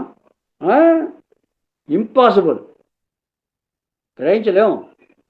ఇది తగ్గిపోయిందంటే అయ్యో తగ్గిపోయింది ఏడుస్తాం, కానీ ఎముక అరిగిపోయింది, ఎముక అరిగిపోయాయంటే ఎముక అరిగిపోతే ఏమవుతుందండి? ఎముక అరిగిపోతే ఏమైంది? ఆ గ్యాప్ తగ్గిపోయింది, అంతే కదా. ఒకదానికి ఒక ఊడ్చుకుపోతుంది. లేదా ఎముకలు పెరిగాయి అనుకోండి, అప్పుడు గ్యాప్ తగ్గిపోతుంది కదా. అప్పుడు ఎముక ఊడ్చుకుంటాయి. ఎముక మధ్యన ఎముక నడిచి గ్యాప్ తగ్గి ఒరుసుకుని గ్యాప్ తగ్గిపోతే నొప్పిట్టేస్తుంది. అలా కాకుండా ఎముక పెరిగి గ్యాప్ తగ్గితే ఎముక ఒరుసుకుని నొప్పిట్టేస్తుంది. సో అలా కష్టం వచ్చినప్పుడు తెలుసుకోగలం, మామూలుగా తెలుసుకోలేం కదా. కానీ అందువల్ల ఆకాశంతో శరీరం మొత్తం ఉంది, కానీ ఎలాగ జరుగుతుంది, ఎలా వస్తుంది, ఎలా పోతుంది అనే విషయాన్ని మనం మనసుతో గ్రహించలేమండి. అందువల్ల ఆకాశతత్వాన్ని పక్కన పెట్టేస్తాం. ఇంకా మిగిలిపోయింది ఏంటండి? గాలితత్వం. ఓకే, మనం గాలి పీలుస్తున్నాం, ఊరిపెడుతున్నాం, గ్రహించగలమా లేదా మనసుతోటి? చూసారా, గ్యారంటీగా మనం మనసు గ్రహించగలం. అందువల్ల మనము శ్వాసని పట్టుకుందామండి. పంచభూతత్వాలు అన్నీ కలిసే ఉంటాయని చెప్పాను. మిగతా 4 తత్వాన్ని, భూమి తత్వాన్ని, నీటి తత్వాన్ని, నిప్పు తత్వాన్ని, ఆకాశతత్వాన్ని నేను గ్రహించలేకపోతున్నాను. కానీ గాలి తత్వాన్ని నేను పిలుస్తున్నాను, ఓడి పెడుతున్నాను, మనసుతో గ్రహించగలను. ఊపిరట్టలేదు, చెప్తున్నావా లేదా? రక్తం సరిగా ప్రవహించలేదు, చెప్తున్నావా లేదా? ఇది చెప్తున్నాం ఈజీగా. అందువల్ల గాలిని మనం పట్టుకున్నాం అనుకోండి, గాలి తత్వాన్ని పట్టుకున్నాం అనుకోండి, పంచభూత తత్వాలు కలిసే ఉంటాయి కాబట్టి ఏ ఒక్కటి పట్టుకున్నా కూడా మిగతా 4 దాంతో కలిసి ఉంటాయి కదా. మాస్టర్స్, అలా వచ్చామండి మన శ్వాస మీద జాసకి. ఎప్పుడైతే మనం గాలి తత్వాన్ని శ్వాస మీద జాస పెట్టి కూర్చున్నామో మిగతా 4 ఎలా ఉన్నాయని కనిపెట్టేస్తాం ఈజీగా. శ్వాసతోటి మనం ప్రయాణిస్తున్నాం లోపలికి. ఇందాక చెప్పుకున్నాం కదా, శ్వాస శరీరం మొత్తం వెళ్తోంది. ప్రాణాపాన వ్యాన ఉదాహరణ సమానం అని చెప్పేసి. ఓకే, దాని గురించి పెద్దగా డీటెయిల్గా తెలియకపోయినా కూడా సింపుల్గా శ్వాసని గమనిస్తూ కూర్చున్నామంటే ఆటోమేటిక్గా అది ప్రయాణించి తెలిసిపోతుందండి. అది ప్రయాణించి తెలిసిపోతుంది. దాని చుట్టూ ఉండి దాంతోపాటు వచ్చే మిగతా 4 భూతాలు ఉన్నాయి కదా, అవి కూడా వచ్చేస్తాయి కదా, వాటి అనుభూతి కూడా పొందడానికి అవుతుంది. ఎప్పుడైతే మనం ఇలాగా శ్వాస మీద ధ్యాస పెట్టి మనం కూర్చున్నామంటే గురువుగారితో ఆటోమేటిక్గా మిగతా ఉండే 4 భూతాలు యొక్క తత్వం కూడా మనకు తెలుస్తుంది. శ్వాస శరీరం మొత్తం ప్రవహిస్తుంది. అదేవిధంగా అన్ని భూతాలు శరీరం మొత్తం ఉన్నాయి. సో ఆ విధంగా శ్వాసతోటి మనం శ్వాసతో ప్రయాణించడం ధ్యానం అండి. శ్వాసతో మనం ప్రయాణించి ఆటోమేటిక్గా మనలో ఉండే ఈ పంచభూత తత్వాలు మనం తెలుసుకుంటామండి. అంటే ABCDE తెలుసుకున్నామండి మనం. మనలో ఉండే ABCD తెలుసుకున్నాం. మనలో ఉండే ABCD తెలుసుకోవాలంటే ఏంటి? సూత్రం తెలుసుకోవాలి కదా. సో ABCD యొక్క సూత్రం మనం తెలుసుకున్నామండి. సో మనలో ఉండే A వాల్యూ ఎంత, B వాల్యూ ఎంత, C వాల్యూ ఎంత, D వాల్యూ ఎంత, E వాల్యూ ఎంత, అది కూడా తెలుసుకున్నామండి. సో ABCD సూత్రం తెలుసుకున్నాం. A+B సూత్రం తెలిసినట్టు అప్పుడు సూర్యుడు గురించి తెలుసుకోవాలనుకోండి. అప్పుడు సూర్యుడు ఏముందండి? సూర్యులో ఉష్ణతత్వం ఎక్కువ ఉంది, వేడి గాలి తత్వం ఎక్కువ ఉంది. సో ఉష్ణతత్వం C, వేడి గాలి తత్వం D. ఇవి ఎంత ఉన్నాయి? 99.999% ఉంటాయి అనుకోండి. ఇవి రెండు.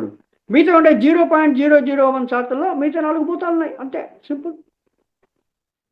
మనకే ఫార్ములా తెలిసిపోయింది. ABCDE. సూర్యుడి దగ్గరికి వెళ్ళండి. సూర్యుడికి ఫార్ములా సూత్రం మన దగ్గర ఉంది. సూర్యుడికి ABCDలు పెట్టండి, దానిలో సూర్యుడి గురించి జ్ఞానం తెలుస్తుంది. మీరు అడగచ్చు, అదేంటి సార్ సూర్యుడి దగ్గరికి వెళ్ళాలి, ఎలా వెళ్ళాలి? అదే మాస్టర్స్ మనం తెలుసుకోవాల్సింది ఏమిటంటే, ఎప్పుడైతే మనం ధ్యానం చేస్తామో, ధ్యానంలో కూర్చుంటామో, శ్వాస మీద ధ్యాస పెట్టి మనసుని ఏ విధమైన ఆలోచన లేకుండా మనసుని శాంతపరిచి ఎప్పుడైతే మనం శ్వాస మీద ధ్యాస పెట్టి కూర్చుంటామో ఆటోమేటిక్గా మనలో ఉండే ABCD ఫార్ములాలు మనం తెలుసుకున్న తర్వాత విశ్వశక్తిని మనం ఎక్కువ గ్రహిస్తాం.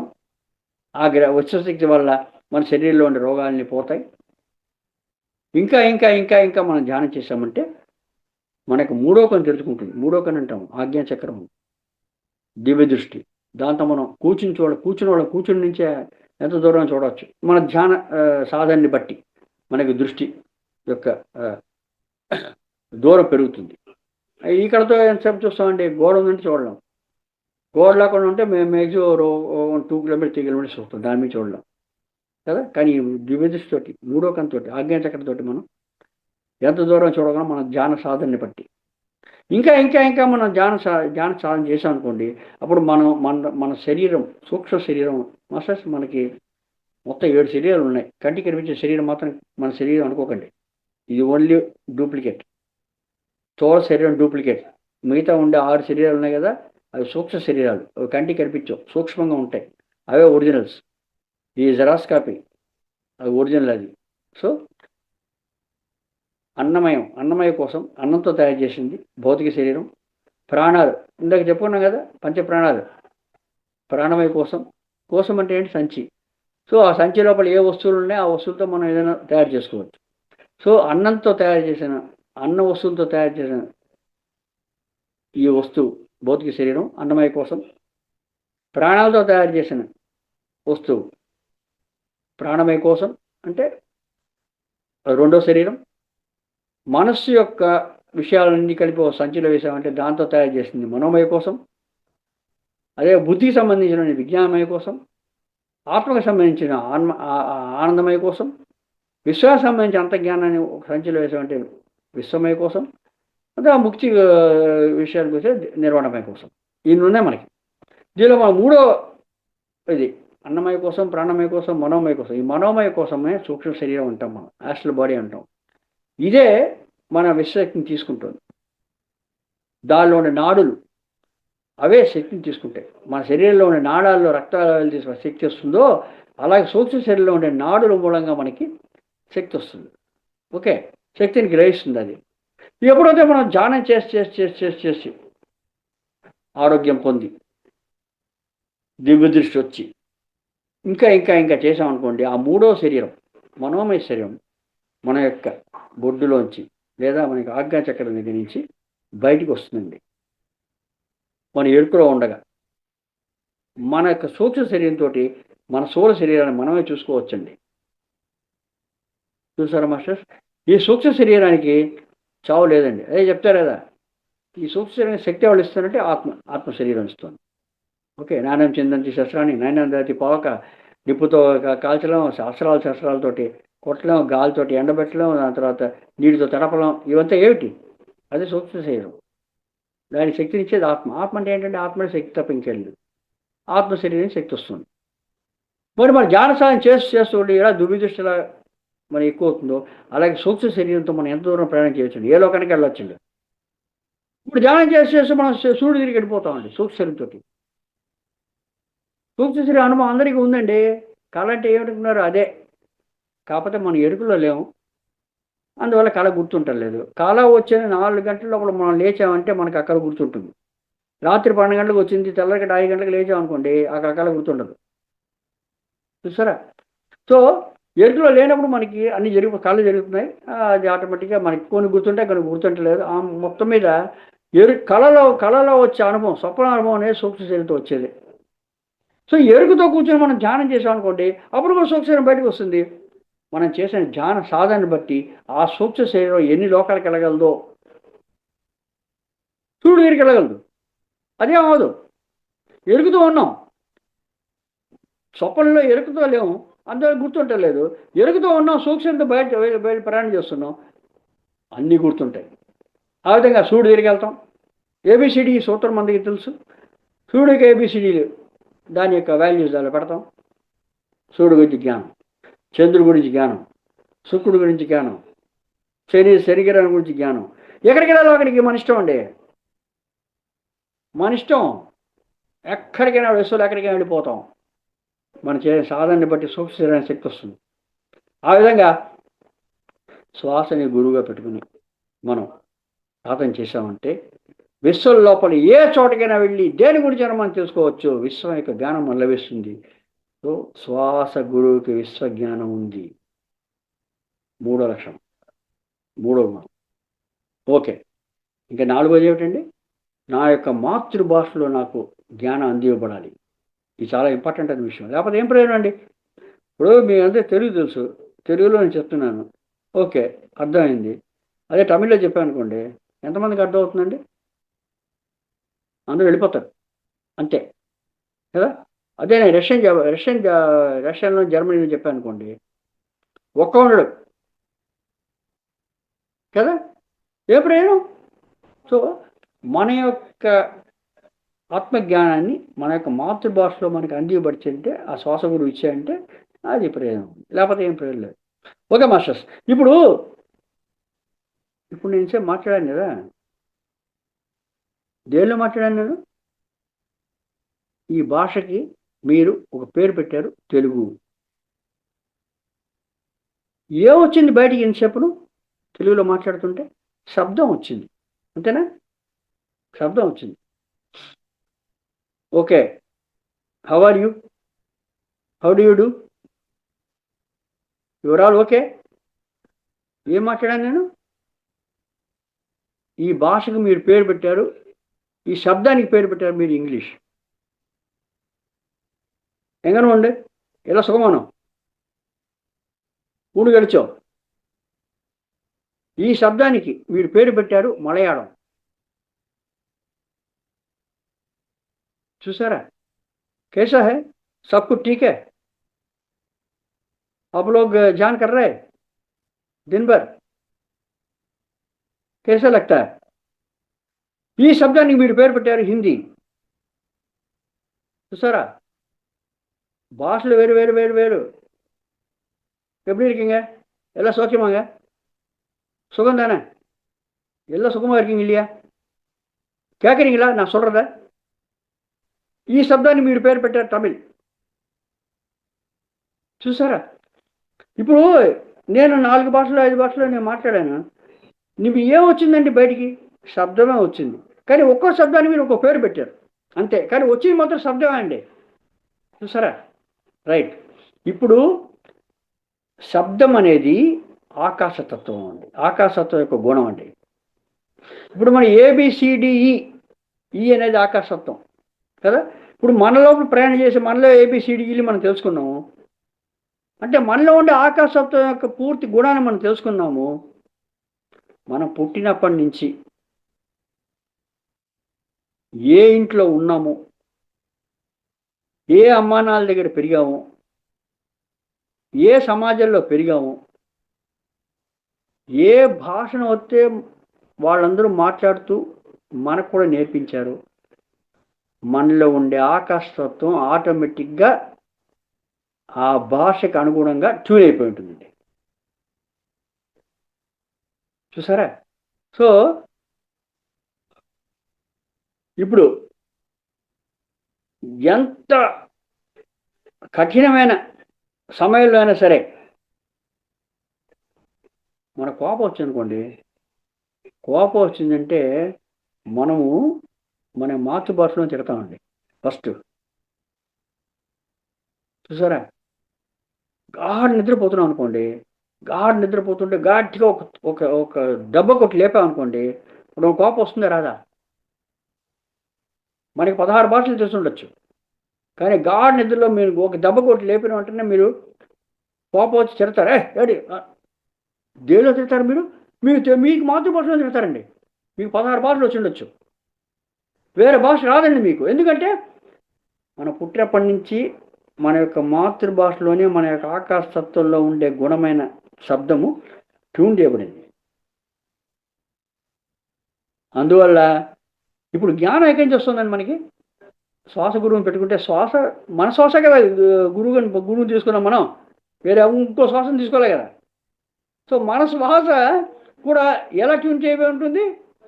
ఆకాశతత్వం ప్రకారం మన మాతృభాషలో ట్యూన్ చేయబడి ఉంటుంది. అందువల్ల ఈ జ్ఞానం ఎక్కడి నుంచి వస్తుందండి? ఈ జ్ఞానం అంతా కూడా మనకి మన యొక్క ఆకాశతత్వమైన శబ్దము మన శ్వాసని గురువుగా చేసి కూర్చున్నప్పుడు మనకు వస్తోంది మన యొక్క మాతృభాషలోనే. ఇప్పుడు చెప్పాను, చెప్తున్నా ఇవన్నీ చెప్పాను కదా, శ్వాసగా మన గురువుగా చెప్పేశారు శ్వాసని గురువుగా తీసుకోని చెప్పేసి. కానీ నేను ఒప్పుకోలేదు కదా. నేను కూర్చున్నాను ధ్యానం లోపల. నేను కూర్చుంటే నాకు ఎలా వచ్చిందండి ఈ క్లారిటీ? నా యొక్క మాతృభాష నేను తెలుగులో వచ్చిందండి. అందుకోసం నేను క్లీన్గా చెప్తున్నాను. చూసారా?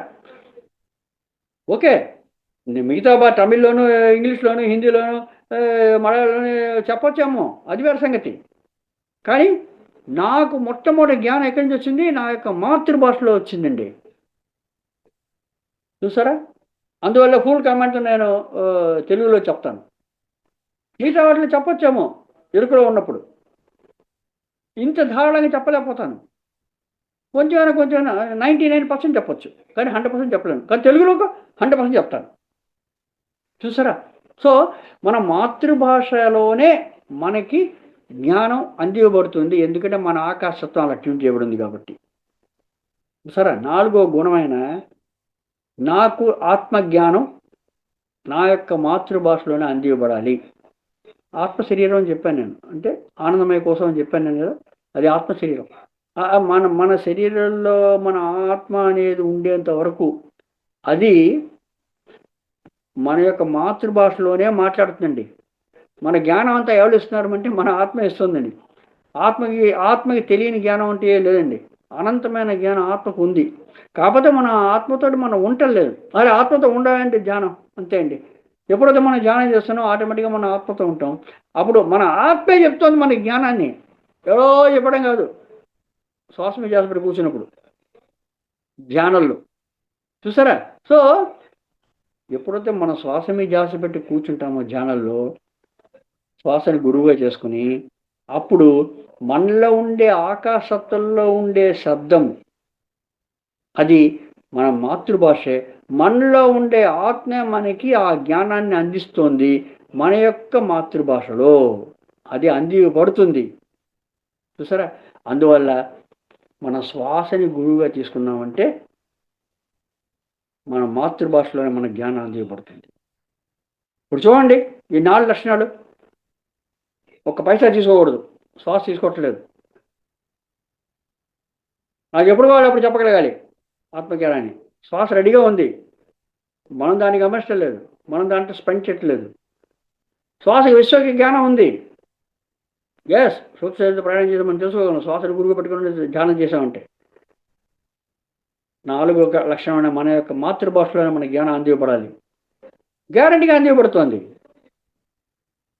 సో ఈ 4 లక్షణాలు శ్వాసకి ఉన్నాయి కాబట్టి మనము శ్వాసని గురువుగా తీసుకోవచ్చండి. మన గురువు అని చెప్పేశారు, నేను ఒప్పుకోలేదు, నేను అంగీకరించలేదు. అంగీకరించిన ఇంకెప్పుడైనా సత్యం మారుతుందా? మారదు. కాకపోతే నాకు తెలిసింది క్లీన్గా ఈ ధ్యానం లోపల, దాన్ని మీకు విడమర్చి చెప్పడానికి నేను ఇప్పుడు ముందు వచ్చాను. అందువల్ల మన శ్వాసని మనం గురువుగా తీసుకోవాలి. మన శ్వాస మన గురువు. ఈ ప్రపంచం లోపల, ఈ విశ్వం లోపల నువ్వు ఎక్కడికి వెళ్ళినా కూడా ఏ జీవి కూడా ఈ 4 గుణాలని, ఈ 4 కండిషన్స్ని నిర్వర్తించలేవు. ఏదో 1 రావచ్చు, 2 రావచ్చు, 3 రావచ్చు, 4 రాలేకపోవచ్చు. ఎక్కువగా మన మాతృభాషలో చెప్పలేకపోతారు. మిగతా 3 వచ్చినా కూడా రష్యన్ వాడికి రష్యన్ చెప్పాలి. మరి అలా చెప్తాం మనం. రష్యన్ వాడు శ్వాస వాడు చెప్తుంది, చూసారా? అందువల్ల మాస్టర్, మన శ్వాసని మన గురువుగా తీసుకోండి. మన శ్వాసే మన గురువు. మనం ఎంతైనా దాని దగ్గర నుంచి నేర్చుకోవచ్చు. కాకపోతే దాంతో మనం టైం స్పెండ్ చేయాలి. కొంత సమయం దాంతో టైం స్పెండ్ చేస్తే అది మనకి ఎంతైనా చెప్తుంది. Okay masters? సో అందువల్లనే మన శ్వాసే మన గురువు. దానికి మించిన గురువు ఆధ్యాత్మికల్లో, భౌతికలో ఉండొచ్చు, ఏవో చెప్పచ్చు, కానీ ఆధ్యాత్మికమైన విషయాలు మనకి చెప్పాలంటే మన శ్వాసనే మన గురువుగా తీసుకోవాలి. మాస్టర్, చాలామంది సైంటిస్టులు ఉన్నారు కదా, న్యూటన్ వాళ్ళంతా, వాళ్ళకంతా ఎలా తెలుసు అనుకుంటున్నారు? వాళ్ళకంతా కూడా ఆత్మజ్ఞానం అలాగే వచ్చిందండి. వాళ్ళ మాతృభాషలోనే వచ్చింది. వాళ్ళు ఆలోచన లేని స్థితికి వెళ్ళినప్పుడే, వాళ్ళ శ్వాసను గురువుగా తీసుకున్నప్పుడే వచ్చిందండి. వాళ్ళు తెలిసిండో తెలియకపోవచ్చు, కానీ అలాంటి అలౌకికమైన విషయాలు ఎలా గబుకి కనిపెట్టాడు? కొత్తగా ఎవడే కనిపెట్టలేదు, ఆల్రెడీ ప్రపంచంలో ఉంది. కాకపోతే ఆ ప్రపంచంలో ఉన్న విషయాన్ని గ్రహించగలిగే శక్తి, దాన్ని అండర్స్టాండ్ చేసుకునే శక్తి శ్వాస గురువుగా చేసినప్పుడు వచ్చిందండి. వాళ్ళు చెప్పలేకపోవచ్చు ఈ విషయాన్ని, తెలియకపోవచ్చు, తెలిసా తెలిపిన జరిగింది. మాస్టర్స్, మనం విశ్వజ్ఞానాన్ని మనం తీసుకోవాలంటే మన శ్వాసని గురువుగా చేసుకుంటే చాలా చాలా చాలా చాలా తొందరగా మనం చేసుకోగలం. ఓకే మాస్టర్స్, ఇదే మనం శ్వాసని గురువుగా చేసుకోవాల్సిన అవసరం. లక్షణాలు ఉన్నాయి, ఈ గుణాలు ఉన్నాయి. అందువల్ల శ్వాసే మన గురువు. ఓకే మేడం, స్టాప్ చేస్తాను నేను. Thank you very much sir. మన శ్వాసే మన గురువు అని పత్రిజీ గారు చెప్పారు. అది ఎలా అని మీరు శోధించారు, దాన్ని తెలుసుకున్నారు. ఆ తెలుసుకున్న విషయాలన్నీ మాకు బోధించారు.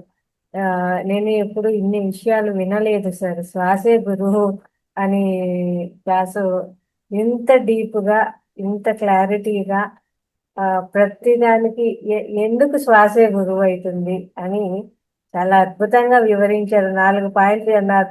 ఎక్కడికి పోయినా కానీ ఇది ఇంకా ఈ 4 పాయింట్లు వేసుకుంటే దీనికి మించింది లేదు సార్. భలే శోధించారు మీరు. ఎంత అద్భుతంగా వివరించారు ఈ 4 పాయింట్లు. నిజమే కదా, ఏ గురువు ఇలా ఉంటారు సార్? ఎవరు 24 hours మనకు టైం ఇస్తారు? కాబట్టి ప్రతిదీ ఏ పాయింట్ తీసుకున్నా కూడా ఎవరు అందుబాటులో ఉండలేరు. కానీ మన సొంత భాష, మన సొంత ఇది ఉంటుంది అనేది అన్ని చోట్ల దొరకదు. ఎంత బాగున్నాయి ఈ పాయింట్లన్నీ, ఎంత బాగా మీరు అంటే మీకు వచ్చినదేనా సార్ ఈ ఇన్ఫర్మేషన్ అంతా కూడా?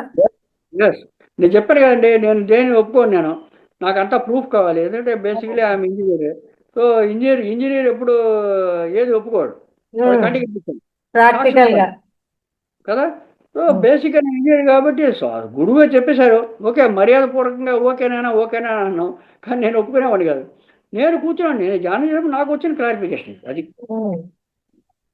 ఇది మీ ఇన్నర్ నుంచి మీకు వచ్చిండే అద్భుతమైన క్వశ్చన్స్ ఆన్సర్ సార్. Yes. అందుకే ఇది మీ ద్వారానే అందించబడింది అనమాట. ఎవరు ఈ రకంగా శ్వాసే గురువు అనే ఎక్స్ప్లెనేషన్ నేను వినలేదు సార్. చాలా అద్భుతంగా ఉంది, చాలా అద్భుతంగా ఉంది. ఇది మీ సొంత లోపల నుంచి వచ్చిండేది కాబట్టి మీ ద్వారానే వస్తుంది ఇంత అనుభవ జ్ఞానం, సబ్జెక్ట్. అనుభవ జ్ఞానం. అంతే, అనుభవ జ్ఞానమే సార్. అందుకే ఇది ఇంత అద్భుతంగా చెప్పగలిగారు. ఇది మీకు వచ్చిన ఆ, ఇన్న నుంచి వచ్చింది కాబట్టి మీ ద్వారానే తెలుసుకోగలిగాను. శ్వాస Yes. గురించి చాలా మంది చెప్పింటారు, కానీ ఈ రకమైన పాయింట్స్ కానీ ఈ రకమైన ఇన్ఫర్మేషన్ కానీ అది మీ ద్వారానే వచ్చింది. Thank you super super. Yes, madam. Thank you very much sir. Yes masters, ఏమైనా డౌట్స్ ఉన్నాయా? లేదు మాట్లాడతారా సార్తో? అన్మ్యూట్ చేసుకొని మాట్లాడండి. ఇంకా ఇంత డీటెయిల్గా చెప్పినప్పుడు ఇంకా డౌట్ రావడానికి ఛాన్స్ ఉండదు ఈ విషయంలో. ఉండదు కాబట్టి చెప్పండి. మామూలుగా వేరే ఏదైనా అక్కడికి చెప్పచ్చు, ఏం పర్వాలేదు. అంతే సార్, అంతే. ఎస్, మాట్లాడండి సార్. రవీంద్రరావు గారు, రాధాకృష్ణ గారు. ఎస్ సార్, మాట్లాడండి. నమస్తే రవీంద్ర సార్. నమస్కారం అండి. శ్వాసే గురువు, ఆధ్యాత్మిక గురువుకు ఉండాల్సిన లక్షణాలు 4 లక్షణాలు వివరించారు సార్. మొట్టమొదట అసలు మీరు చెప్పిన విధంగా ఇప్పుడు చెప్పేటువంటి ఆధ్యాత్మిక గురువులు ఎవరు కూడా ఈ లక్షణాలు కలిగి లేరనేసి మనం తెలుసుకోగలిగినాం ఇప్పుడు. అంటే ఈ 4 లక్షణాలు అందరిలో ఉండవు, కొందరిలో అదే మానవ మాతృలకి ఈ 4 లక్షణాలు ఉండవు. అదే శ్వాసనే గురువుగా తీసుకుంటే ఈ 4 లక్షణాలు వచ్చినాయని చెప్పేసి చాలా ఉదాహరణ రూపంగా చాలా బాగా చెప్పారు సార్ మనకి. కాబట్టి ప్రతి ఒక్కరు కూడా శ్వాసనే గురువుగా భావించుకునేసి దాని ద్వారా జ్ఞానాన్ని పొందుకోవాలి. చేసుకోవచ్చు. అవును సార్, చాలా చక్కగా వివరించారు సార్. బాగుంది, ధన్యవాదాలు సార్. చెప్పండి, మీరు వేరే ఎవరైనా అడిగినప్పుడు మీరు చెప్పగలగాలి ఎందుకు శ్వాసను గురువు చేసుకోవాలి. అవును సార్, అవును. ఇంత విపులంగా చెప్పడం జరిగింది. ఇప్పుడు ఈ 4 లక్షణాల గురించి మనకు బాగా అర్థమైపోయింది కాబట్టి ఈ 4 లక్షణాలు మనకి శ్వాసనే గురువు తీసుకున్నప్పుడు ఖచ్చితంగా సరిపోతున్నాయి. అవి వివరించగలం కూడా మనం ఇప్పుడు. కాబట్టి ప్రతి ఒక్కరికి మనం చెప్పగలం ఇప్పుడు. అవును, కరెక్టే. Okay sir, thank you. చాలా చక్కగా చెప్పారు sir. Thank you sir. Radhakrishna గారు సార్, మాట్లాడండి. నమస్కారం గురువు గారు. నమస్తే సార్. గురువు గారు క్లాసు మాత్రం చాలా అద్భుతంగా ఉందండి. మళ్ళా గురువు అనకండి, శ్వాస గురువు. శ్వాసే గురువు. ఓకే గురువు గారు చెప్పండి అంతే. శ్వాసే గురువు మీరు బాగా చెప్పారు. క్లాసు పంచభూతాలు మనలో ఎట్లున్నాయి, అవి ఏ విధంగా పనిచేస్తున్నాయని చెప్పారు. ఒక శ్వాసకి మనము ఎంత డబ్బు వెలకడుతున్నామో మనకు తెలియదు. ఆ వెలకడితే మనము ఇంకే వెలకట్టేకి సాధ్యం లేదు గురువు. ఈ శ్వాసకి వెలకట్టేకి సాధ్యం లేదు. ఆ వెలకట్టాలంటే మనం అంత డబ్బు దానికి వెచ్చించాల్సి వస్తుంది. ఆ డబ్బు కంటే దీని ద్వారానే మనము ఏకమైతే ఆత్మజ్ఞానం ఎంతో తెలుసుకోవచ్చని చాలా అద్భుతంగా చెప్పారండి. మధ్య మధ్యలో కథలు చెప్పారు కదా. ఇప్పుడు వచ్చే ఆధ్యాత్మిక గురువులు ఎలా ఉంటారంటే పులికి పిల్లకి ఎంత కథ చెప్పాలో అంతవరకే చెప్తారు, ఒకటి చెప్పరు అనమాట. ఆ ఒకటే ఇది. చాలా అద్భుతంగా చెప్పారు. శ్వాసే గురువు అనే కాన్సెప్ట్ చాలా చాలా బాగుందండి. Okay sir. ఈ అవకాశం ఇచ్చిన మహావతార్ బాబాజీ ఫౌండేషన్ కు, మీకు, ఈ జూమ్ సెషన్ లో ఉన్న ప్రతి ఒక్కరికి నా హృదయపూర్వక ధన్యవాదాలు. నమస్కారం సార్. ఓకే, నమస్కారం. ఇంకా ఎవరైనా మాట్లాడతారామా? శోభారాణి గారు, శ్రీనివాస్ గారు, శివరాం గారు, క్లాస్లో ఇంకా కృష్ణకుమారి మేడం గారు, నాగమణి మేడం గారు. నాగమణి గారు ఆల్రెడీ విన్నారులేండి. ఇంకా ఎవరైనా మాట్లాడతారు? అన్మ్యూట్ చేసుకోండి. శోభారాణి గారు ఉన్నారు? శివరాం గారు?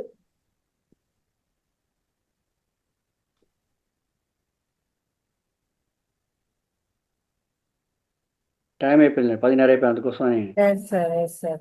నేను యాక్చువల్గా మీ సెషన్ కోసము ఈ లాస్ట్ మంత్ ఎండింగ్ లో ట్రై చేశాను. ఓకే. మీకు కాల్ రాలేదు, అంటే లిఫ్ట్ చేయలేదు, బిజీగా ఉన్నారేమో అనుకున్నాను. మేడం గారికి చేశాను. మేడం గారు ఏదో పుస్తక స్వాధ్యాయంలో బిజీగా ఉన్నానమ్మా, కాస్త గ్యాప్ ఇవ్వాలి, ఆ తర్వాత తీసుకుంటాను అన్నారు. అదే సార్ క్లాస్ పెట్టిద్దాం అనుకున్నాను. మేడం వాళ్ళు మా మిస్సెస్ ఉన్నారండి వాళ్ళు. అదే మా మిస్సెస్ మేడం గారికి చేశాను, పుస్తక స్వాధ్యాయంలో బిజీగా ఉన్నారు. మాధురి. రమణేశ్వరరావు వాళ్ళతోటి ఆవిడ కొంచెం 6 నెలల ప్రోగ్రామ్ అది, ఆ, దానిలో ఆ, బిజీగా ఉన్నారు. మీకు కాల్ చేశాను, మీరు కూడా మరి ఫోన్ లిఫ్ట్ చేయలేదు. ఆ, సార్ బిజీగా ఉన్నారు అనుకున్నాను. ఉంటే బాగుండేది సార్ క్లాసు అనుకున్నాను నేను. చూడండి ఎలా కనెక్ట్ అయిందో మరి. ఈరోజు అన్ఎక్స్పెక్టెడ్ గా అది మీ క్లాస్ మాకు అందించడం జరిగింది అనమాట. విశ్వమని నేను అనుకుంటున్నాను. నేను అనుకున్న ఈ టైంలో మంచి మాస్టర్ చూసి పెట్టండి అమ్మా, లేదంటే ఇంకా తప్పదు అంటే నేను వస్తాను అన్నారు. సార్ బయటికి వెళ్ళారు, జర్నీలో ఉన్నారు. రంగనాథ్ గారు అంటే సరే సార్ అన్నాను. ఒకసారి కనుక్కుందాము అని మేడం గారికి చెప్పాను. గురువారం పూట ఈ హోలిస్టిక్ మెడిసిన్ ఇదిగా వస్తుంది కదా, శుక్రవారం సార్. శుక్రవారం. శుక్రవారం. కానీ ఏదైతే ఆ ఆలోచన ఉందో అది ఈ రూపంగా నెరవేరింది అని అనుకుంటాను నేను సార్. చాలా హ్యాపీగా ఉంది. అండ్ మార్నింగ్ సెషన్ లో ఉంటుంది మీ యొక్క క్లాసులు, నైట్ సెషన్ లో కూడా సార్ క్లాసులు ఉండాలి అని నాకు ఒక ఆలోచన ఉండేదన్నమాట. అది ఈ రూపంలో నెరవేరింది. అయితే ఇప్పటికిప్పుడు చెప్పినా కూడా మీరు ఓకే అని ఇంత అద్భుతమైన సబ్జెక్ట్ మాకు ఇచ్చారు చూడండి. అంటే సబ్జెక్ట్ ఎప్పుడు ఉంటుంది, కానీ ఇంత తక్కువ టైంలోనే మీరు ఓకే అని క్లాస్కి రావాలి కదా సార్, అది గొప్ప విషయం. Yes madam. జనరల్గా నన్ను ఎవరైనా క్లాస్ అడిగా అనుకోండి, నేను ఫస్ట్ ఇదే చెప్తాను అందరూ, ఇదే ఫండమెంటల్స్. మనం మన మన మన ఫౌండేషన్ స్ట్రాంగ్గా ఉండాలి. సో ఫౌండేషన్ ఎలా అంటే మన ఎవరైనా ఫస్ట్ టైం అడిగినప్పుడు మాత్రం నేను ఇదే చెప్తాను అందరికీ. ఎందుకంటే దీని బేసిస్ మీదే మనం ఫర్దర్గా వెళ్తాం ఏం చెప్పినా. ఖచ్చితంగా ఈ జ్ఞానం తెలియాలి కదా సార్. మనమేమో చెప్తాం శ్వాస మీద ధ్యాస పెట్టండి, మన శ్వాసే మన గురువు, కళ్ళు 2 మూసేసుకోండి, ఆనాపాన సతి ధ్యానం, ఇవన్నీ చెప్తూ ఉంటాం. కానీ అదే ఎందుకు చేయాలి అనే కారణం తెలిసిందనుకోండి, ఇంకా దాన్ని వదిలిపెట్టారు సార్ అసలు. యాక్చువల్లీ ఎందుకు శ్వాస మీద ధ్యాస పెట్టాలి అనే విషయం టోటల్గా డిఫరెంట్గా ఉంటుంది. అది ఇంకోసారి మనకి అవకాశం దొరికినప్పుడు మనం తెలుసుకుందాం. ఇప్పుడు శ్వాస తీసుకున్నా తెలుసుకుందాం, కానీ శ్వాస మీద ఎందుకు ధ్యాస పెట్టాలి, మిగతా మిగతా ధ్యానాలు కూడా ఉంటాయి కదా. పెడితే మనం ఎలాగ ఆలోచన స్థితికి వెళ్ళడానికి ఛాన్స్ ఉంది అనే విషయాన్ని మనం ఫర్దర్గా తెలుసుకోవచ్చు.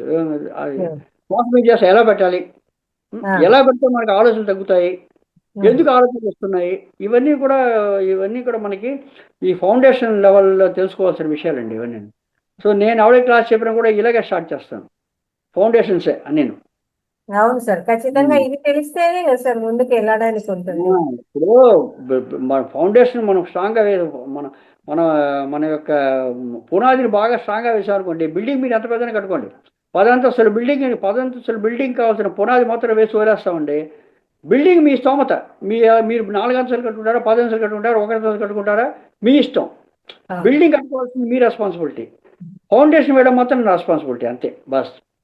Super super, thank you very much sir.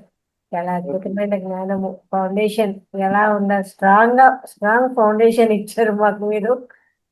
దీన్ని తీసుకుంటే దీన్ని పట్టుకున్నామంటే ఈ 4 ఇంకా ఎవరితో అయినా ఏ రకంగా అయినా మాట్లాడడానికి మనకు ఆలోచించడానికి ఏమి ఉండదు సార్. ఇవి చేతిలో ఉన్నాయి అంటే చాలా ఆయుధాలాగా. ఎవరికైనా అంటే ఒక క్లారిటీగా చేతిలో ఉంది అంటే ధైర్యంగా ముందుకు వెళ్తాం కదా, అలాంటి ధైర్యాన్ని ఇచ్చారనమాట.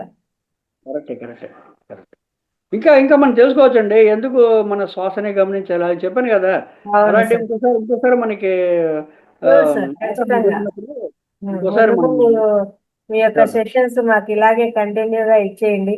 ఆ జ్ఞానాన్ని అంతా కూడా తీసేసుకుందాం చక్కగా అందరికీ మార్నింగ్ పంచుదాం. సెషన్ లో చెప్పినా కూడా మళ్ళీ రిపీట్ చేయొచ్చు, ఏం చాలా దీనిలో ఆ, ఉండేవి చాలా ఏం లేదు సార్, లక్షణంగా అట్లా అంతా ఏం లేదు. ఎందుకంటే అక్కడ వచ్చే జనాలే ఉంటారు, ఇక్కడ వచ్చే జనాలే ఉంటారు.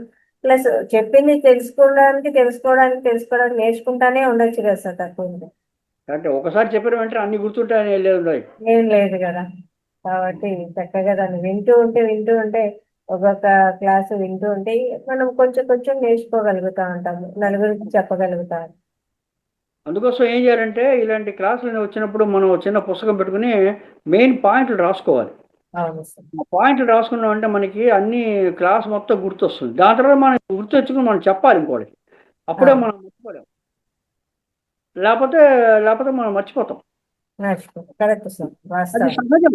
సహజం అంతే. మీరు ఉదయం క్లాసులో చెప్పారు సార్, పతంజలి యొక్క అష్టాంగ మార్గాల గురించి ఒక్కొక్క రోజు ఒక్కొక్క క్లాస్ చెప్పారు సార్, చాలా వివరంగా చెప్పారు సార్. మేము అన్నాం సార్, మేము రికార్డెడ్ పతంజలి మెసేజ్ అష్టాంగ మార్గం చూస్తాను. దాని తర్వాత ఈ శ్వాస గురువు తర్వాత దాని గురించి కూడా ధ్యాన నవరత్నాలు చెప్పాను. ఇంకా చాలా చెప్పాను, మొత్తం మీద చెప్పాను.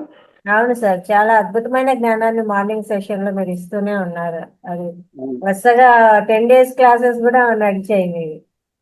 అవునవును, 2 weeks తీసుకున్నాను. 5 రోజులు 4 రోజులు వరుసగా మండే టు థర్స్డే అది కూడా తీసుకున్నాను. చాలా వివరంగా చెప్పారు సార్ మీరు. అవును. ఓకే, మనకి ఏమి తెలుసో దాన్ని చెప్తేనే ఇంకోళ్ళు దాన్ని ఆచరిస్తారు. యాక్చువల్ మన యొక్క ముఖ్య ఉద్దేశం ఏంటంటే మనం చెప్పేది మనం నేర్చుకుందాన్ని మనం చెప్పితే మనం ఆచరించి ఇంకోళ్ళని ఆచరించేయాలి. అందుకోసమే అర్థమైందంటే ఇంకా ఆటోమేటిక్గా దాని గురించి సందేహాలు లేకుండా ఆచరిస్తారు. లేకపోతే సందేహంతో డౌట్ తోటి ఇది కదా ఓకే కదా అవుతుందా లేదా ఎందుకు అవట్లేదు ఇలాంటి సందేహాలు వచ్చేస్తుంటాయి. సో అందువల్ల కొన్ని మూలమైన విషయాలు మనం తెలుసుకున్నాం అనుకోండి, నిస్సందేహంగా మనం మన సాధనలో ముందరకెళ్తాం. అదే విషయం, వేరే ఖచ్చితంగా సార్. ఈ సబ్జెక్ట్ అయితే మేము ఖచ్చితంగా రాసుకుంటాము. నలుగురికి చెప్పడానికి కూడా మంచి కాన్ఫిడెన్స్ వస్తుంది. క్లాసులో చెప్పచ్చు. ఇదే ఎందుకు శ్వాసే గురువు అనేది ఎందుకు అంటారు అనేది చెప్తే అదే కదా సార్ మెయిన్, మీరు అన్నట్టు బేసిక్. కాబట్టి దాన్ని తీసుకొని చక్కగా నేర్చుకొని చెప్పగలుగుతాము. చాలా చాలా అనంత కోటి ఆత్మీయ నమస్కారాలు సార్, మాకు ఇంత మంచి జ్ఞానాన్ని అందించారు. ఇలాగే ఈ సెషన్స్ లో కూడా ముందు సెషన్స్ లో మీ యొక్క క్లాసులు ఇవ్వాలని మరీ కోరుకుంటున్నామండి. Thank you very much. తప్పకుండా అండి. అవకాశం వచ్చినప్పుడు మళ్ళా కలుద్దాం, మళ్ళా తెలుసుకుందాం. ధన్యవాదాలు. ధన్యవాదాలు గురుగారు. ఈ అవకాశం నాకు మళ్ళా తిరిగి ఇచ్చినందుకు మీ అందరికీ నమస్కారాలు. ధన్యవాదాలు. ధన్యవాదాలు. ఓకే మాస్టర్ సార్, గట్టిగా ధన్యవాదాలు, కృతజ్ఞతలు తెలియజేద్దామండి అందరం కూడా. రేపటి సెషన్ లో ఇంకో మాస్టర్స్ తో కలుసుకుందాము. ధన్యవాదాలు. Thank you sir. Good night. Thank you. Good night. నమస్తే.